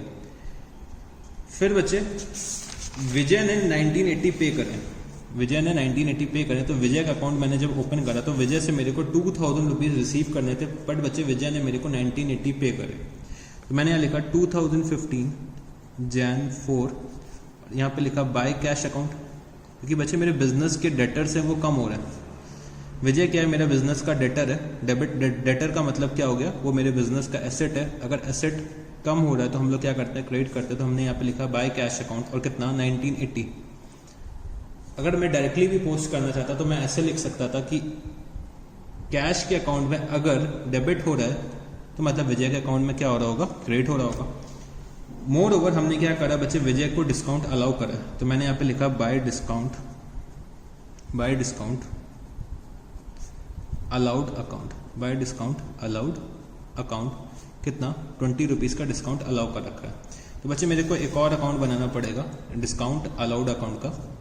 तो मैंने यहाँ पे लिखा डिस्काउंट अलाउड अकाउंट। वैसे डिस्काउंट अलाउड क्या होता है, मेरे बिजनेस का एक तरीके से एक्सपेंस होता है। और अगर एक्सपेंस बढ़ रहे हैं तो मैं क्या करता हूँ, डेबिट करता हूँ। तो मैंने यहाँ पे लिखा अपने डेबिट साइड पे 2015 जनवरी 4 टू विजय अकाउंट। तो बच्चे विजय को मैंने डिस्काउंट दिया, कितने रुपीज़ का दे रखा है, 20 रुपीज़ का दे रखा हुआ है, ठीक है। तो मैंने क्या करा, डिस्काउंट अलाउड अकाउंट भी बना लिया। फिर बच्चे Jan 8 purchase plant from Mukesh for ₹5,000 and paid ₹100 as cartage for bringing the plant to the factory and another ₹200 as installation charges. तो बच्चे मैंने प्लांट परचेज करा है, और प्लांट किससे परचेज कर रखा है, मैंने मुकेश से परचेज कर रखा है। मतलब मैंने प्लांट क्रेडिट पे परचेज कर रखा है, क्योंकि कैश का कहीं भी जिक्र नहीं है। तो बच्चे एक तो मेरे को प्लांट का अकाउंट बनाना पड़ेगा, एक मुकेश का अकाउंट बनाना पड़ेगा। And paid ₹100 as cartage for bringing the plant to the factory. तो बच्चे जो कार्टेज जो मैंने पे करी होगी वो किस पे करी होगी, कैश पे करी होगी। और 200 रुपीज़ जो पे करा होगा वो इंस्टॉलेशन चार्जेस का, वो भी मैंने अज्यूम करा कि मैंने किस पे करा होगा, कैश पे करा होगा। तो बच्चे चलो पहले दो अकाउंट बनाते हैं हम लोग, कौन कौन से। एक तो प्लांट का अकाउंट, मैंने लिखा प्लांट अकाउंट, प्लांट अकाउंट। और बच्चे मेरे को एक और अकाउंट बनाना है, किसका, मुकेश का। तो मैंने यहाँ पे लिखा Mukesh account, Mukesh account, plant account और मुकेश अकाउंट। बच्चे मैं क्या कर रहा हूँ, प्लांट परचेज करके ला रहा हूँ। तो प्लांट परचेज करके ला रहा हूँ, वो मेरे बिजनेस का क्या एक एसेट है। अगर एसेट इंक्रीज होते हैं तो हम क्या करते हैं, डेबिट करते हैं। तो मैंने यहाँ पे लिखा 2015 जनवरी 8 टू मुकेश अकाउंट। तो बच्चे मुकेश से मैंने क्या करा, कैश पे सॉरी क्रेडिट पे परचेज करा। तो मैंने लिखा टू मुकेश अकाउंट, कितना, 5,000 रुपीज़, ठीक है। फिर बच्चे मैंने कार्टेज और इंस्टॉलेशन के चार्जेस भी इनकर करें। कार्टेज और इंस्टॉलेशन के चार्जेस जो इनकर करें तो वो बच्चे मैं क्या करूँगा, अपने एसेट में कैपिटलाइज करूँगा, क्योंकि वो बच्चे एक्सपेंसेस जो इनकर हुए हैं बिफोर रेडी टू यूज़ इनकर हुए हैं, बिफोर पुट टू यूज़ इनकर हुए हैं। मतलब नारियल फोड़ने से पहले के जो एक्सपेंसेस होते हैं वो मैं क्या करता हूँ, कैपिटलाइज करता हूँ एसेट की वैल्यू में। तो बच्चे मैं यहाँ पे क्या लिखूंगा, टू कैश अकाउंट। तो मैंने क्या करा, अपने एसेट की वैल्यू इंक्रीज करी, टू कैश अकाउंट, और कितना, 300 रुपीज़ मैंने टोटल करके लिख दिया। मतलब 100 + 200। अब बच्चे इस एंट्री का अगर मैं दूसरा इफेक्ट देखना चाहूँ तो मैं कहाँ देखूंगा, मुकेश से मैं क्या कर रहा हूँ, क्रेडिट में परचेज कर रहा हूँ। मतलब मुकेश मेरा क्या हो गया, क्रेडिटर हो गया। क्रेडिटर मेरे बिजनेस की लायबिलिटी होती है। अगर लायबिलिटी इंक्रीज हो रही तो मैं क्या करता हूँ, क्रेडिट करता हूँ। या तो बच्चे मैं डायरेक्टली यहाँ से यहाँ पे ट्रांसफर कर देता, या फिर मैंने पूरा फॉर्मूला लगाया, जैसे भी आप लोगों को ईजी लगे। तो बच्चे इससे क्या होता है, टाइम सेव होता है। मतलब यहाँ डेबिट हो रहा है तो यहाँ क्रेडिट होगा। तो मैंने यहाँ लिखा 2015 जनवरी 8 by plant account by plant account कितना 5000 रुपीज़। ये तो बच्चे मैंने पोस्ट कर दिया, और 300 रुपीज़ मैं कहाँ पे पोस्ट कर दूंगा, कैश के अकाउंट में। तो मैं गया कैश के अकाउंट में, यहाँ लिखा मैंने जनवरी 8 बाय प्लांट अकाउंट कितना 300 रुपीज़। मतलब बच्चे मेरे बिजनेस से कैश जा रहा है तो मैं क्या करूँगा, क्रेडिट करूँगा। उसके बाद बच्चे क्या दे रखा है कि sold goods to Rahim on credit. तो बच्चे मैंने गुड्स सेल करें, किसको सेल करें, रहीम को सेल करें। तो बच्चे यहाँ पे मेरे को 2 अकाउंट्स और बनाने पड़ेंगे। एक तो हो जाएगा सेल्स का अकाउंट, एक हो जाएगा किसका, रहीम का अकाउंट, क्योंकि दोनों अभी तक मैंने नहीं बना रखे हैं। तो मैंने यहाँ पे गया, मैंने यहाँ पे बनाया एक सेल्स का अकाउंट, सेल्स अकाउंट बच्चे सेल्स का अकाउंट एक मैंने बनाना है, और एक अकाउंट बनाना है किसका, रहीम का। तो मैंने यहाँ लिखा रहीम का अकाउंट, रहीम अकाउंट। तो बच्चे सेल्स मेरे बिजनेस का रेवेन्यू हो रहा है, अगर रेवेन्यू इंक्रीज होता है तो हम लोग क्या करते हैं, क्रेडिट करते हैं। तो सेल्स मैंने कब कर रखी है, 2015 जनवरी 12, और किसको करी है, बाय रहीम। तो मैंने यहाँ लिखा बाय रहीम, कितने अमाउंट की सेल कर रखी है, 600 रुपीज़ की। तो बच्चे यहाँ ये एंट्री मेरे रहीम के डेबिट साइड में पोस्ट हो जाएगी। रहीम मेरा क्या हो जाएगा, बिजनेस का डेटर। अगर डेटर हमारे क्या होते हैं, एसेट्स होते हैं। एसेट्स अगर इंक्रीज हो रहे होते हैं तो मैं क्या करता हूँ, डेबिट करता हूँ। तो मैंने यहाँ पे लिखा 2015 जनवरी 12, और मैंने यहाँ पे लिखा टू सेल्स अकाउंट कितना 600 रुपीज़। फिर बच्चे क्या लिखा हुआ है, next transaction, Rahim became insolvent and cooled पे ओनली 50 पैसा इन अ रुपी। तो बच्चे रहीम क्या हुआ, मेरा ये इंसॉल्वेंट हो गया, और बच्चे सिर्फ 50 पैसा इन अ रुपी पे कर सकते हैं। मतलब 1 रुपये में 50 पैसा, तो 600 रुपये में कितना हो जाएगा, 300 रुपीज़। तो मैंने यहाँ पे लिखा 2015 जनवरी 15। तो बच्चे कितना कैश रिसीव हो रहा होगा रहीम से, तो बाय कैश अकाउंट 600 इंटू 0.5, मतलब 300 रुपीज़ रिसीव हुए होंगे। तो बच्चे बैलेंस मेरा क्या हो गया होगा, बैड डेप्ट। तो यहाँ लिखा बाय बैड डेप्ट्स अकाउंट कितना 300 रुपीज़। तो बच्चे मैंने यहाँ पे एक छोटा सा बैड डेप्ट्स अकाउंट बनाया, bad debts account. Bad debts बच्चे मेरे बिजनेस का क्या होता है, लॉस होता है, एक्सपेंस होता है। तो मैंने क्या करा, डेबिट करा। तो लॉस या एक्सपेंसेस इंक्रीज होते हैं तो मैं क्या करता हूँ, डेबिट करता हूँ। तो मैंने यहाँ पे ये लिखा, और मैंने यहाँ पे 2015 जनवरी 15 लिखा bad debts account debit to Rahim account. बच्चे रहीम ने बैड डेब्ट्स करी, कितने की कर रखी है, 300 रुपीज़ की कर रखी है। तो बच्चे मैंने ये ट्रांजेक्शन यहाँ पे लिख दिया। अब बच्चे मेरे को कैश वाला पार्ट और पोस्ट करना रह गया। तो मैं अपने कैश अकाउंट में गया, मैं अपने कैश अकाउंट में आया, और बच्चे मेरे बिजनेस का कैश इंक्रीज हो रहा है क्योंकि रहीम ने 300 रुपीज़ मेरे को पे करे। तो मैंने यहाँ पे लिखा जनवरी 15 टू कैश अकाउंट कितना 300 रुपीज़। फिर बच्चे लास्ट जो ट्रांजैक्शन दे रखा हुआ है कि sold goods to Ram for cash. तो बच्चे राम को कैश पे सेल करा, तो राम के अकाउंट का कोई रेलेवेंस नहीं है। मैंने कैश में सेल करा, तो बच्चे मेरा कैश इंक्रीज हो रहा होगा, तो मैं क्या करूँगा, डेबिट। तो मैंने यहाँ लिखा टू सेल्स अकाउंट कितना 1000 रुपीज़ की सेल्स कर रखी है। किसको कर रखी है, राम को कर रखी है। तो राम का नाम रेलेवेंट नहीं है क्योंकि मैंने क्या करा, कैश में सेल करी है। तो बच्चे मैं सेल्स अकाउंट में आता हूँ, और बच्चे मेरे बिजनेस की क्या हो रही है, सेल्स इंक्रीज हो रही है। तो मैंने अपने क्रेडिट साइड पे लिखा, मेरा रेवेन्यू इंक्रीज हो रहा है। तो मैंने यहाँ क्रेडिट साइड पे लिखा बाय सेल्स अकाउंट, और बच्चे कितना अमाउंट है, 1000 रुपीज़ है। फिर हम लोगों ने सारे के सारे ट्रांजैक्शंस रिकॉर्ड कर लिए। तो बच्चे अब मेरे को क्या करना है, सिर्फ एक पैकअप करना है, मतलब अपने अकाउंट्स को क्लोज करना है। मैंने सारे ट्रांजैक्शंस रिकॉर्ड कर लिए, तो अब मैं अपने सारे अकाउंट्स को क्लोज करने जा रहा हूँ। तो चलो मैं देखता हूँ। सबसे पहले मैं करता हूँ कैश के अकाउंट को। तो बच्चे मेरा कैश का जो डेबिट का टोटल है वो ज़्यादा आ रहा है। तो मैंने यहाँ पे लिखा जनवरी 31, और मैंने यहाँ लिखा बाय बैलेंस कैरीड डाउन। तो बच्चे मैंने अगर अपना डेबिट साइड का टोटल करता हूँ, तो डेबिट साइड का जो टोटल आ रहा है कैश का, वो आ रहा है 11,280 11,280 और बच्चे जो बैलेंसिंग फिगर आएगा वो कितना आएगा 7180 मैं इसको क्या बोल सकता हूँ, ये मेरा क्या है डेबिट बैलेंस है। फिर बच्चे बैंक के थ्रू मैंने एक भी ट्रांजैक्शन नहीं करा है तो मैंने यहाँ लिखा 2015 Jan 31 by balance carried down कितना होगा 25,000। बच्चे ये भी मेरा क्या है डेबिट बैलेंस है। फिर बच्चे गुड्स के अकाउंट में कोई ट्रांजैक्शन नहीं है तो 2015 Jan 31 by balance carried down कितना 20,000 रुपीज़। तो बच्चे ये भी मेरा क्या है डेबिट बैलेंस है। फिर बच्चे बिल्डिंग का अकाउंट है मेरा, बिल्डिंग के अकाउंट में भी कोई ट्रांजैक्शन नहीं है तो मैंने लिखा 2015 Jan 31 by balance carried down कितना 10,000 रुपीज़। ठीक है, तो ये भी मेरा क्या हो गया डेबिट बैलेंस हो गया।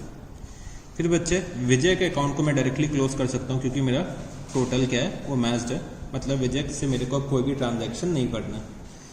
फिर बच्चे मधु का अकाउंट में कोई ट्रांजैक्शन नहीं हुआ तो मैंने यहाँ लिखा 2015 Jan 31 by balance carried down कितना 2,000 rupees.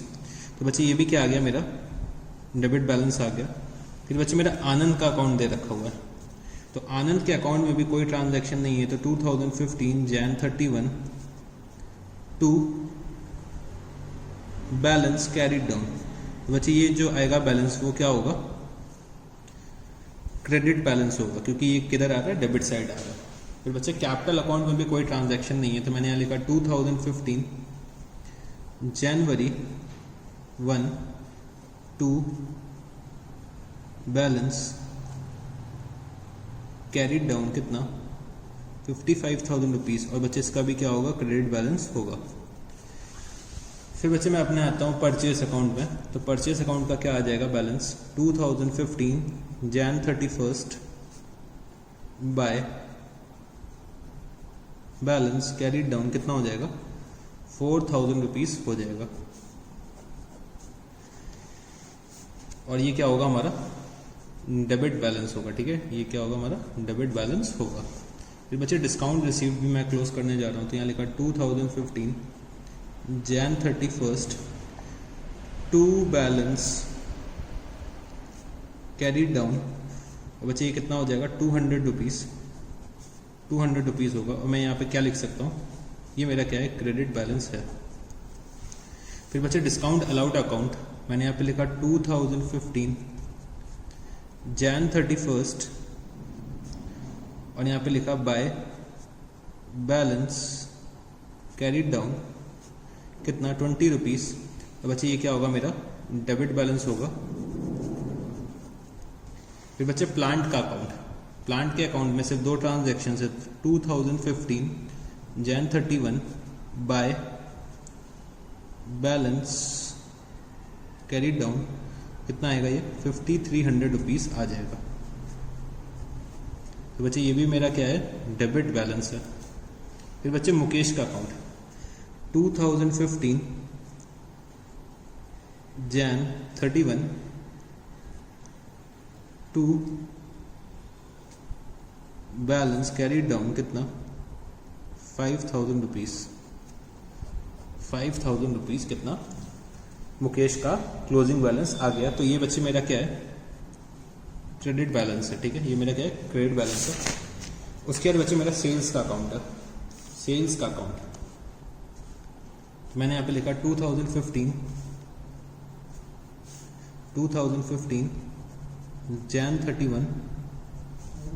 Jan 31 to balance carried down कितना आ जाएगा ये 1,600 रुपीज़ आ जाएगा 1,600 रुपीज़ ये आ जाएगा। फिर बच्चे रहीम के अकाउंट को ऑलरेडी हम लोग बैलेंस कर चुके हैं, कोई दिक्कत नहीं है, इसका टोटल इक्वल आएगा।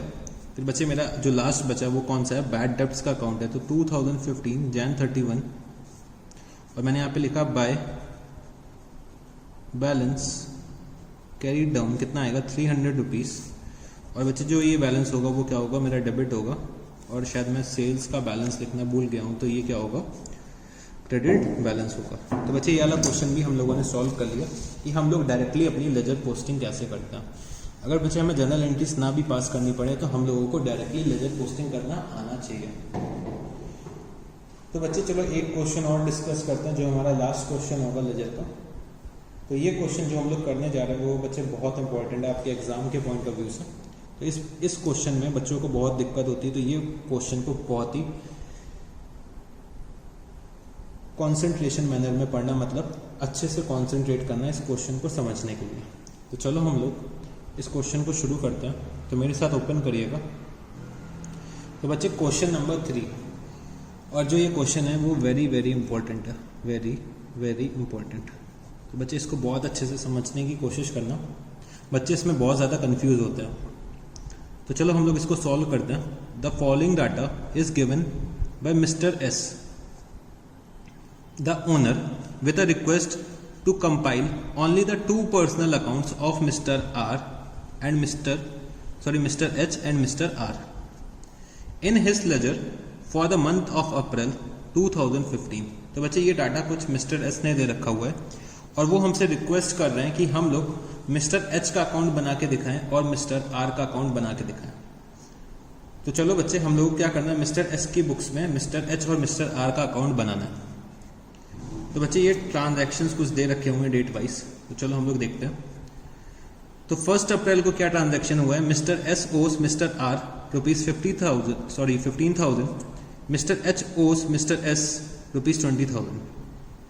Mister R sold goods worth ₹60,000 at 10% trade discount to Mr S.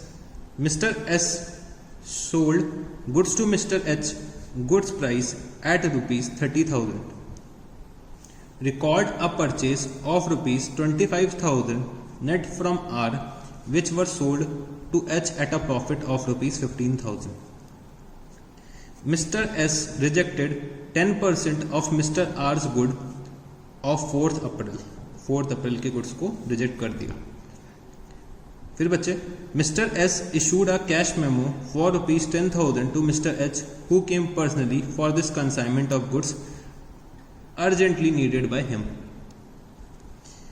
फिर बच्चे क्या दे रखा है कि April 22 Mr H cleared half his total dues to Mr S enjoying a 0.5% discount of the payment received ₹20,000 was by check. R's total dues less ₹10,000 held back was cleared by check enjoying a cash discount of ₹1,000 on the payment made. Close H's account to record the fact that all but ₹5,000 was cleared by him by a check because he was declared bankrupt. Balance R's account। तो बच्चे ये सब करना है मेरे को। तो sir question पढ़ के तो हमें कुछ भी नहीं समझ में आया, ये क्या हो रहा है। तो बच्चे चलो अब इस क्वेश्चन को बहुत अच्छे से एनालाइज करना शुरू करते हैं और एक एक ट्रांजैक्शन को समझते हैं कि हमें कैसे अपने बुक्स में रिकॉर्ड करना है। तो सबसे पहले मेरे साथ एक काम करो कि सबसे पहले 2 लेजर्स बना लो, ठीक है। उसके बाद हम लोग क्या करेंगे, एक एक ट्रांजैक्शन को एनालाइज करेंगे और रिकॉर्ड करेंगे। तो क्वेश्चन नंबर 3 है और सबसे पहले बच्चे समझने की कोशिश करना हम लोग किसके बुक्स में कर रहे हैं। तो हम लोग एस के बुक्स में कर रहे हैं। तो in the books of mister S. तो एक्स की बुक्स में हम क्या कर रहे हैं, रिकॉर्डिंग करने जा रहे हैं। और एस की बुक्स में हमें किसके किसके अकाउंट बनाने हैं, मिस्टर एच का अकाउंट एक बनाना है, मिस्टर एच का अकाउंट बनाना है मेरे को, और मेरे को एक अकाउंट जो बनाना है किसका बनाना है, मिस्टर आर का अकाउंट बनाना है, मिस्टर आर का अकाउंट बनाना है। तो चलो जल्दी से फॉर्मेट बना लो, आप लोग भी फॉर्मेट मेरे साथ आप लोग जल्दी जल्दी बना लो। तो बच्चे आप लोगों ने फॉर्मेट बना लिया होगा। तो चलो फिर हम लोग क्वेश्चन को शुरू करते हैं। मिस्टर एच का अकाउंट और मिस्टर आर का अकाउंट मेरे को बनाना है अपने एच के बुक्स में। तो बच्चे ये समझ लो कि आप लोग अब मिस्टर एस हो, ठीक है, आप लोग मिस्टर एस हो और अपने बुक्स में क्या करने जा रहे हो, अकाउंट फॉर करने जा रहे हो। तो चलो हम लोग एक एक ट्रांजैक्शन को अब एनालाइज करते हैं। तो सबसे पहले क्या दे रखा है, 1 अप्रैल मिस्टर एस ओज मिस्टर आर। मिस्टर एस ओज मिस्टर आर ₹15,000 और मिस्टर एच ओज मिस्टर एस ₹20,000। तो चलो बच्चे पहले first part of the transaction को एनालाइज करते हैं। मिस्टर एस ओज मिस्टर आर।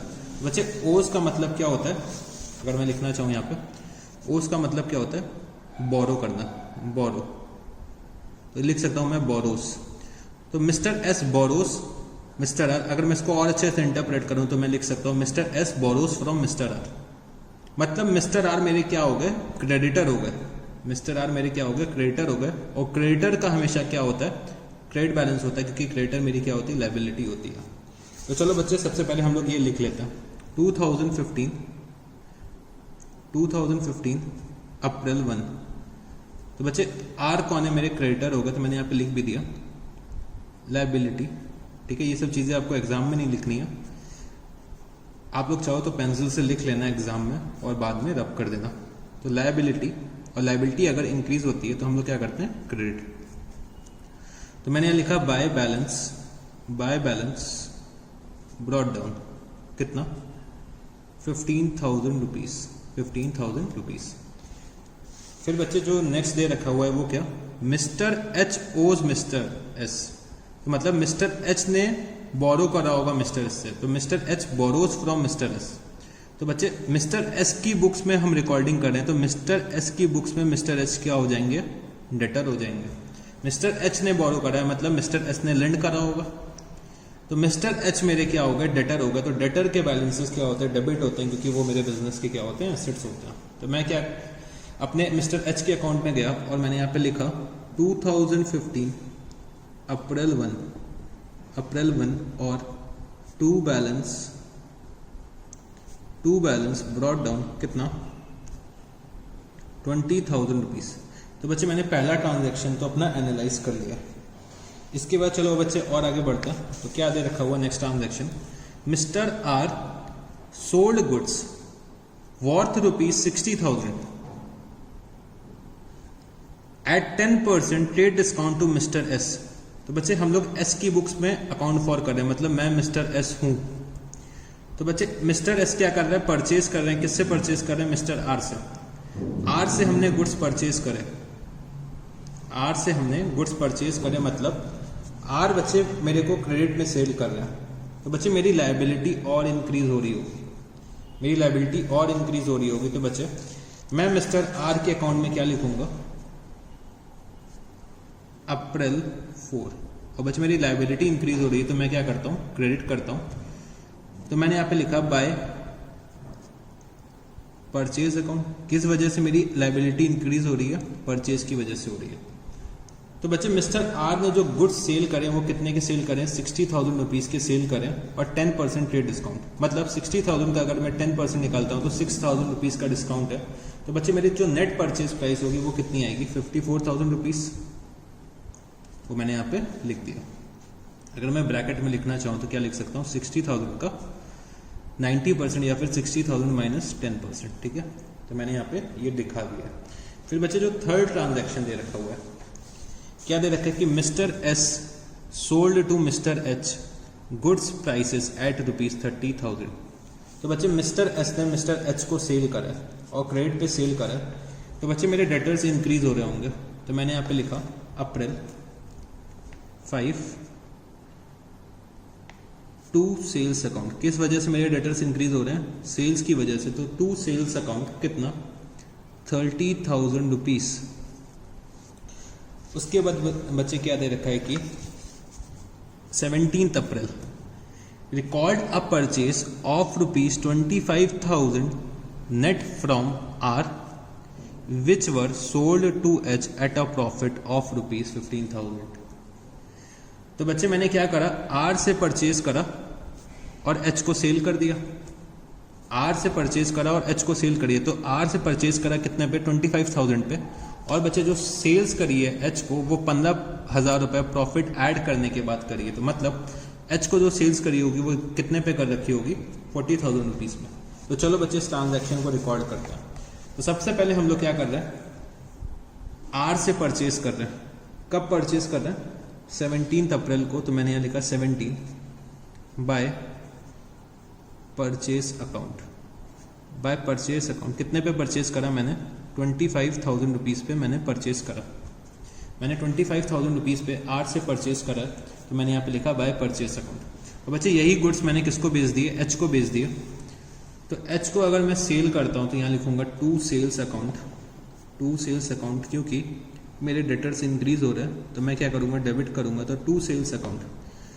तो बच्चे मैंने 15,000 रुपये का प्रॉफिट ऐड करा है, तो 25,000 प्लस 15,000, तो कितने पे सेल्स करी है? 40,000 रुपीज़ पे सेल्स करी है। तो बच्चे ये वाला ट्रांजैक्शन भी मैंने रिकॉर्ड कर लिया।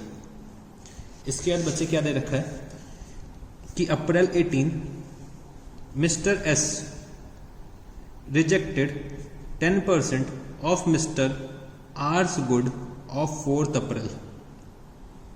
तो बच्चे हम लोगों ने मिस्टर आर के गुड्स कुछ रिजेक्ट कर लिए थे, रिजेक्ट कर दिया, जो हम लोगों ने 4th अप्रैल को परचेज करे थे, मतलब 4th अप्रैल ये वाले गुड्स। तो 10% मतलब कितना हो गया? 60,000 के गुड्स थे, 10% रेट डिस्काउंट, मतलब मैंने 54,000 पे तो परचेज करा होगा। तो 54,000 वाले 10%, 54,000 का 10% मैंने क्या करा? रिजेक्ट कर दिया, मतलब 5400 रुपीज़ के मैंने गुड्स वापस कर दिए होंगे। तो बच्चे किसको वापस कर रहे हैं हम लोग मिस्टर आर को वापस कर रहे हैं। तो बच्चे मिस्टर आर को वापस कर रहे होंगे तो हम लोग क्या कर रहे होंगे? परचेज रिटर्न कर रहे होंगे। तो बच्चे मेरी लायबिलिटी यहाँ पे क्या हो रही होगी? रिड्यूस हो रही होगी जब हम लोग परचेज रिटर्न कर रहे होंगे। तो मैंने यहाँ पे लिखा 2015 अप्रैल 18 टू परचेज रिटर्न। बच्चे मेरी लायबिलिटी जब रिड्यूस होती है तो हम लोग क्या करते हैं? डेबिट करते हैं। तो मैंने यहाँ लिखा to purchase return account debit. और बच्चे मैंने कितने का करा? 5400 रुपीज़ का, मतलब 54,000 का 10%। तो मैंने ये 54,000 की परचेज करी थी, इसका 10% मैंने क्या करा? वापस कर दिया। चलो बच्चे इसके बाद वाला ट्रांजैक्शन क्या दे रखा है? Mr S issued a cash memo for ₹10,000 to Mr H who came personally for this consignment of goods urgently needed by him. अब बच्चे ट्रांजैक्शन को समझने की कोशिश करना। मिस्टर एस ने एक कैश मेमो इशू करा है 10,000 रुपये का मिस्टर एच को। तो बच्चे जो ये कैश मेमो का मतलब क्या होता है? हम लोग क्या कर रहे हैं? कैश सेल्स कर रहे हैं, कैश सेल्स कर रहे हैं। तो बच्चे हम लोग मिस्टर एच के अकाउंट में क्यों रिकॉर्ड करेंगे? जब हम लोगों ने कैश सेल्स करी, कैश सेल्स करते तो cash account debit to sales account. Mr H का कहीं इन्वॉल्वमेंट ही नहीं हो रहा है, मिस्टर एच के अकाउंट का कोई भी इन्वॉल्वमेंट नहीं है। तो ये बच्चे ये ट्रांजैक्शन हम लोग रिकॉर्ड ही नहीं करने वाले हैं अपने एच के अकाउंट में। इसके बाद April 22 Mr H cleared half his total dues to Mr S, मतलब मिस्टर एस को पैसे मिले, मतलब मेरे को पैसे मिल रहे हैं। किससे मिल रहे हैं? मिस्टर एच से मिल रहे हैं। कितने मिल रहे हैं? Half his total dues enjoying a 0.5% cash discount. तो जब वो ड्यूज देने आए तो मैंने उनको क्या दिया? 0.5% कैश डिस्काउंट दे दिया। और बच्चे जो टोटल पेमेंट रिसीव हुई मेरे को, उसमें से 20,000 रुपीज़ इन्होंने मेरे को क्या दिया है? 20,000 रुपीज़ का चेक दिया। मतलब 20,000 रुपीज़ का पेमेंट जो मेरे को मिलेगा वो कहाँ पे मिलेगा? बैंक के अकाउंट में मिलेगा। और रिमेनिंग जो होगा वो क्या होगा? कैश होगा। तो सबसे पहले बच्चे मैं क्या करता हूँ? कैलकुलेट करता हूँ कि मेरे को कितने पैसे रिसीव करने थे मिस्टर एच से। तो मैं गया अपने मिस्टर एच के अकाउंट में, मिस्टर एच के अकाउंट में मैं गया और देखा कि मेरे को मिस्टर एच से 20 + 30 + 40 90,000 रुपीज़ रिसीव करने हैं। 90,000 रुपीज़ मेरे को इन टोटलिटी एच से रिसीव करने हैं। तो बच्चे 90,000 का इन्होंने हाफ पेमेंट करा, मतलब 90,000 × 1/2, तो 45,000 का पेमेंट ये करने आए मेरे को। 45,000 का जब ये मेरे को पेमेंट करने आए तो मैंने इनको क्या करा? 0.5% कैश डिस्काउंट दे दिया। तो मतलब कैश डिस्काउंट कितना हो गया? 0.5%। अगर बच्चे मैं 0.5% 45,000 का निकालूंगा तो कितना आएगा? 225 रुपीज़। तो बच्चे इन्होंने मेरे को पेमेंट जो करा होगा 44,775 का करा होगा। 44,775 में इन्होंने मेरे को क्या करा? 20,000 रुपीज़ की एक चेक दे दी। और बच्चे जो रिमेनिंग बैलेंस था वो इन्होंने मेरे को क्या करा होगा? कैश में पे करा होगा। तो बच्चे ये ट्रांजैक्शन भी हम लोगों ने क्या करा, एनालाइज कर लिया, और अब मेरे को क्या करना है, इसको रिकॉर्ड करना है। तो बच्चे 22 अप्रैल 22 मैंने यहाँ लिखा 2015 अप्रैल 22। तो बच्चे एच का बैलेंस क्या हो रहा है, रिड्यूस हो रहा है, मतलब मेरे डेटर का बैलेंस रिड्यूस हो रहा है, तो हम लोग क्या करेंगे, क्रेडिट करेंगे। तो मैंने यहाँ पे लिखा बाय बैंक अकाउंट। बच्चे जो मेरे को चेक मिली है वो कितने की, 20,000 रुपीज़ की है, ठीक है। तो आप लोग ये क्या करना है, इसको एक मिनट वर्किंग नोट में कर लेना, ठीक है। इसको वर्किंग नोट नंबर 1 बोल सकते हो आप, ठीक है। वर्किंग नोट नंबर 1 आप लोग इसको लिख सकते हैं, ठीक है। तो मेरे को बैंक में कितना मिला, 20,000 रुपीज़ मिला। फिर बच्चे मेरे को कैश में कितना मिला, 24,775 रुपीज़ मेरे को कैश में मिले। और बच्चे मैंने क्या करा है, कुछ डिस्काउंट अलाउ करा है, तो बाय डिस्काउंट अलाउड अकाउंट। कितने का डिस्काउंट अलाउ करा है, 225 रुपीज़ का मैंने डिस्काउंट दिया है, किसको, मिस्टर एच को। इसके बाद बच्चे जो मेरा नेक्स्ट ट्रांजैक्शन है वो क्या दे रखा है, R's total dues less ₹10,000 held back were cleared by cheque enjoying a cash discount of ₹1,000 on the payment made। तो बच्चे आर के जो टोटल ड्यूज थे उसमें से मैंने क्या करा, 10,000 रुपीज़ रोक लिया कि 10,000 रुपीज़ मैं बाद में पे कर दूंगा। तो टोटल ड्यूज में से मैंने 10,000 रुपीज़ रोक लिए, और बाकी जो पैसे थे मैंने क्या करा, उसका पेमेंट करा, और बच्चे मेरे को 1,000 रुपीज़ का डिस्काउंट मिला। और जो बच्चे मैंने पेमेंट करा है वो कैसे करा है, थ्रू चेक करा है। तो चलो बच्चे इसको भी एनालाइज करते हैं। तो आर को बच्चे मेरे को टोटल पेमेंट कितना करना था, सबसे पहले मैंने ये कैलकुलेट करा। तो 15,000 प्लस 54,000 प्लस 25,000, अगर बच्चे मैं इसका टोटल करता हूँ तो ये कितना आएगा, 94,000 रुपीज़ आना चाहिए। कितना आना चाहिए, 94,000 रुपीज़ आना चाहिए। और बच्चे इसमें से अगर मैं 5,400 रुपीज़ माइनस कर दूंगा, अगर मैं इसमें से 5,400 रुपीज़ माइनस कर देता हूँ तो कितना बैलेंस बचेगा। तो चलो हम लोग इसको एक वर्किंग नोट के फॉर्म में करते हैं। एक वर्किंग नोट नंबर 2 बनाते हैं। Working note number 2। तो total dues to mister R. तो बच्चे टोटल ड्यूज कितने हैं मिस्टर आर के, अगर टोटल ड्यूज मैं कैलकुलेट करना चाहूँ तो मिस्टर आर के कितने निकल के आ रहे हैं, 15,000 प्लस 54,000 प्लस 25,000 माइनस 5,400। तो चलो इसको सॉल्व करो बच्चे, कितना आएगा, 15 प्लस 54 प्लस 25 माइनस 5,400, ये आ रहा है 88,600। 88,600 के टोटल ड्यूज हैं जो मेरे को आर को पे करने हैं।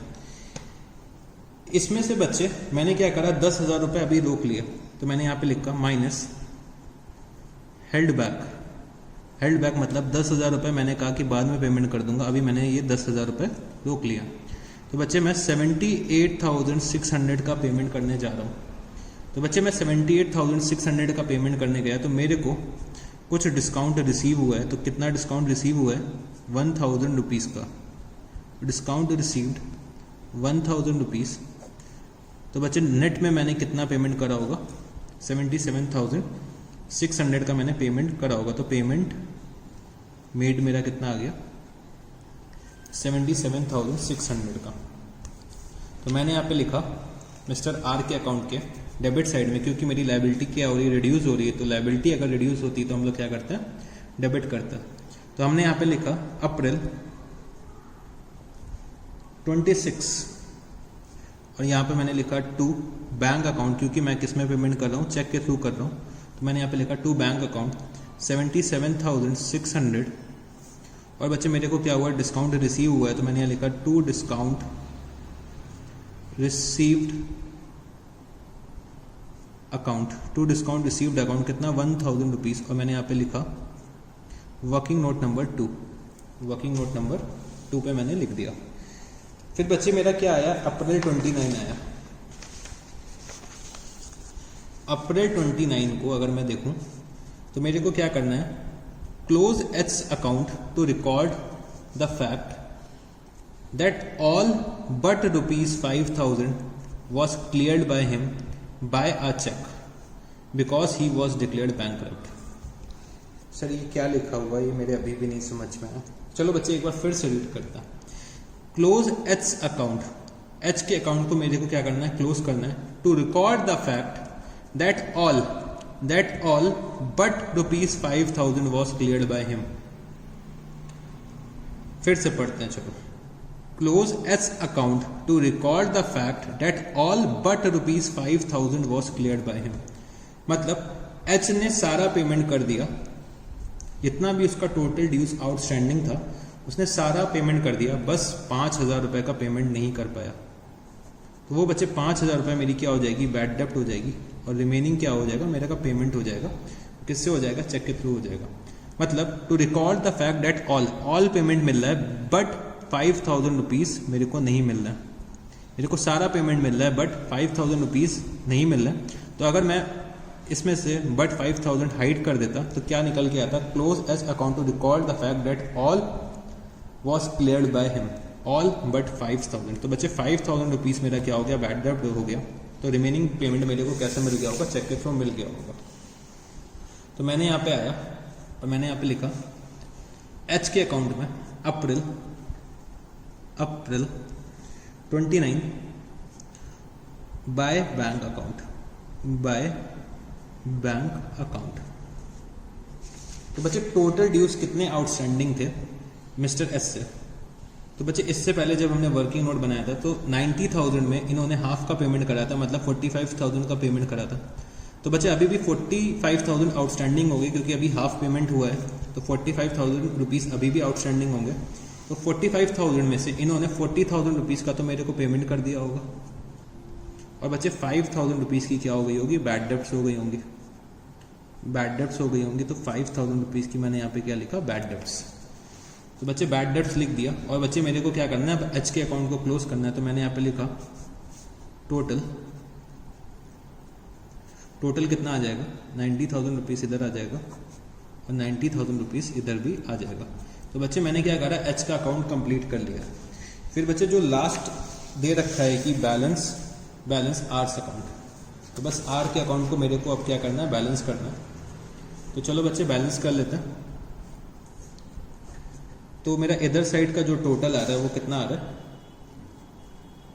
94,000 रुपीज़, 94,000 रुपीज़। और 30 अप्रैल को मैं क्या कर रहा हूँ, बैलेंस कर रहा हूँ। तो अप्रैल 30 टू बैलेंस कैरीड डाउन, और बच्चे मेरा कितना आएगा, 10,000 रुपीज़ आएगा, क्योंकि 10,000 रुपीज़ मैंने हेल्ड बैक कर रखे थे। तो बच्चे 10,000 रुपये का अभी भी मेरे को पेमेंट करना है मिस्टर आर को। तो बच्चे ये जो मेरा निकल के आया वो क्या आया, क्रेडिट बैलेंस आया। मतलब आर मेरे क्या है, अभी भी क्रेडिटर हैं।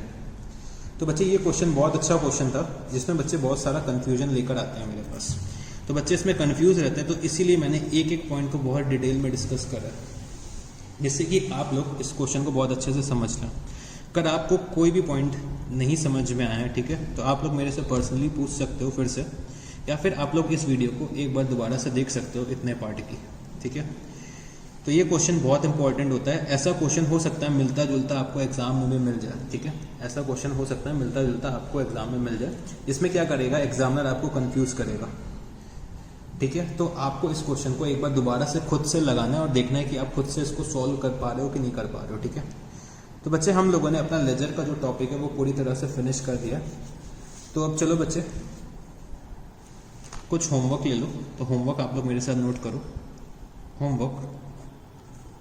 तो बच्चे आपको होमवर्क में क्वेश्चन नंबर 1 करना है, क्वेश्चन नंबर 1 करना है। उसके बाद क्वेश्चन नंबर 6 करना है, ठीक है। क्वेश्चन नंबर 1 और क्वेश्चन नंबर 6 आपका क्या होमवर्क में करना है आपको। सबसे पहले आपको क्या करना है, आज की क्लास को रिवाइज करना है, फिर उसके बाद क्वेश्चन ये सॉल्व करना है, ठीक है। तो कोशिश करना इस बार कोशिश करना कि डायरेक्टली आप लोग क्या करो, लेजर पोस्टिंग करो, ठीक है। जर्नल से तो पोस्टिंग हमने सीख ली, हम लोग क्या करेंगे, लेजर से पोस्टिंग करना भी हमें सीखना है। तो हम लोग क्या करेंगे, डायरेक्टली लेजर पोस्टिंग करना सीखेंगे। तो बच्चे ये चैप्टर खत्म हो गया। तो फिर आज के लिए हम लोग इतना ही रखते हैं। मैं नया टॉपिक आज नहीं शुरू कर रहा हूँ, नया टॉपिक मैं नेक्स्ट क्लास में शुरू करूँगा। तो आज के लिए बच्चे इतना ही है। थैंक यू गाइस, टाटा, सी यू, बाय बाय।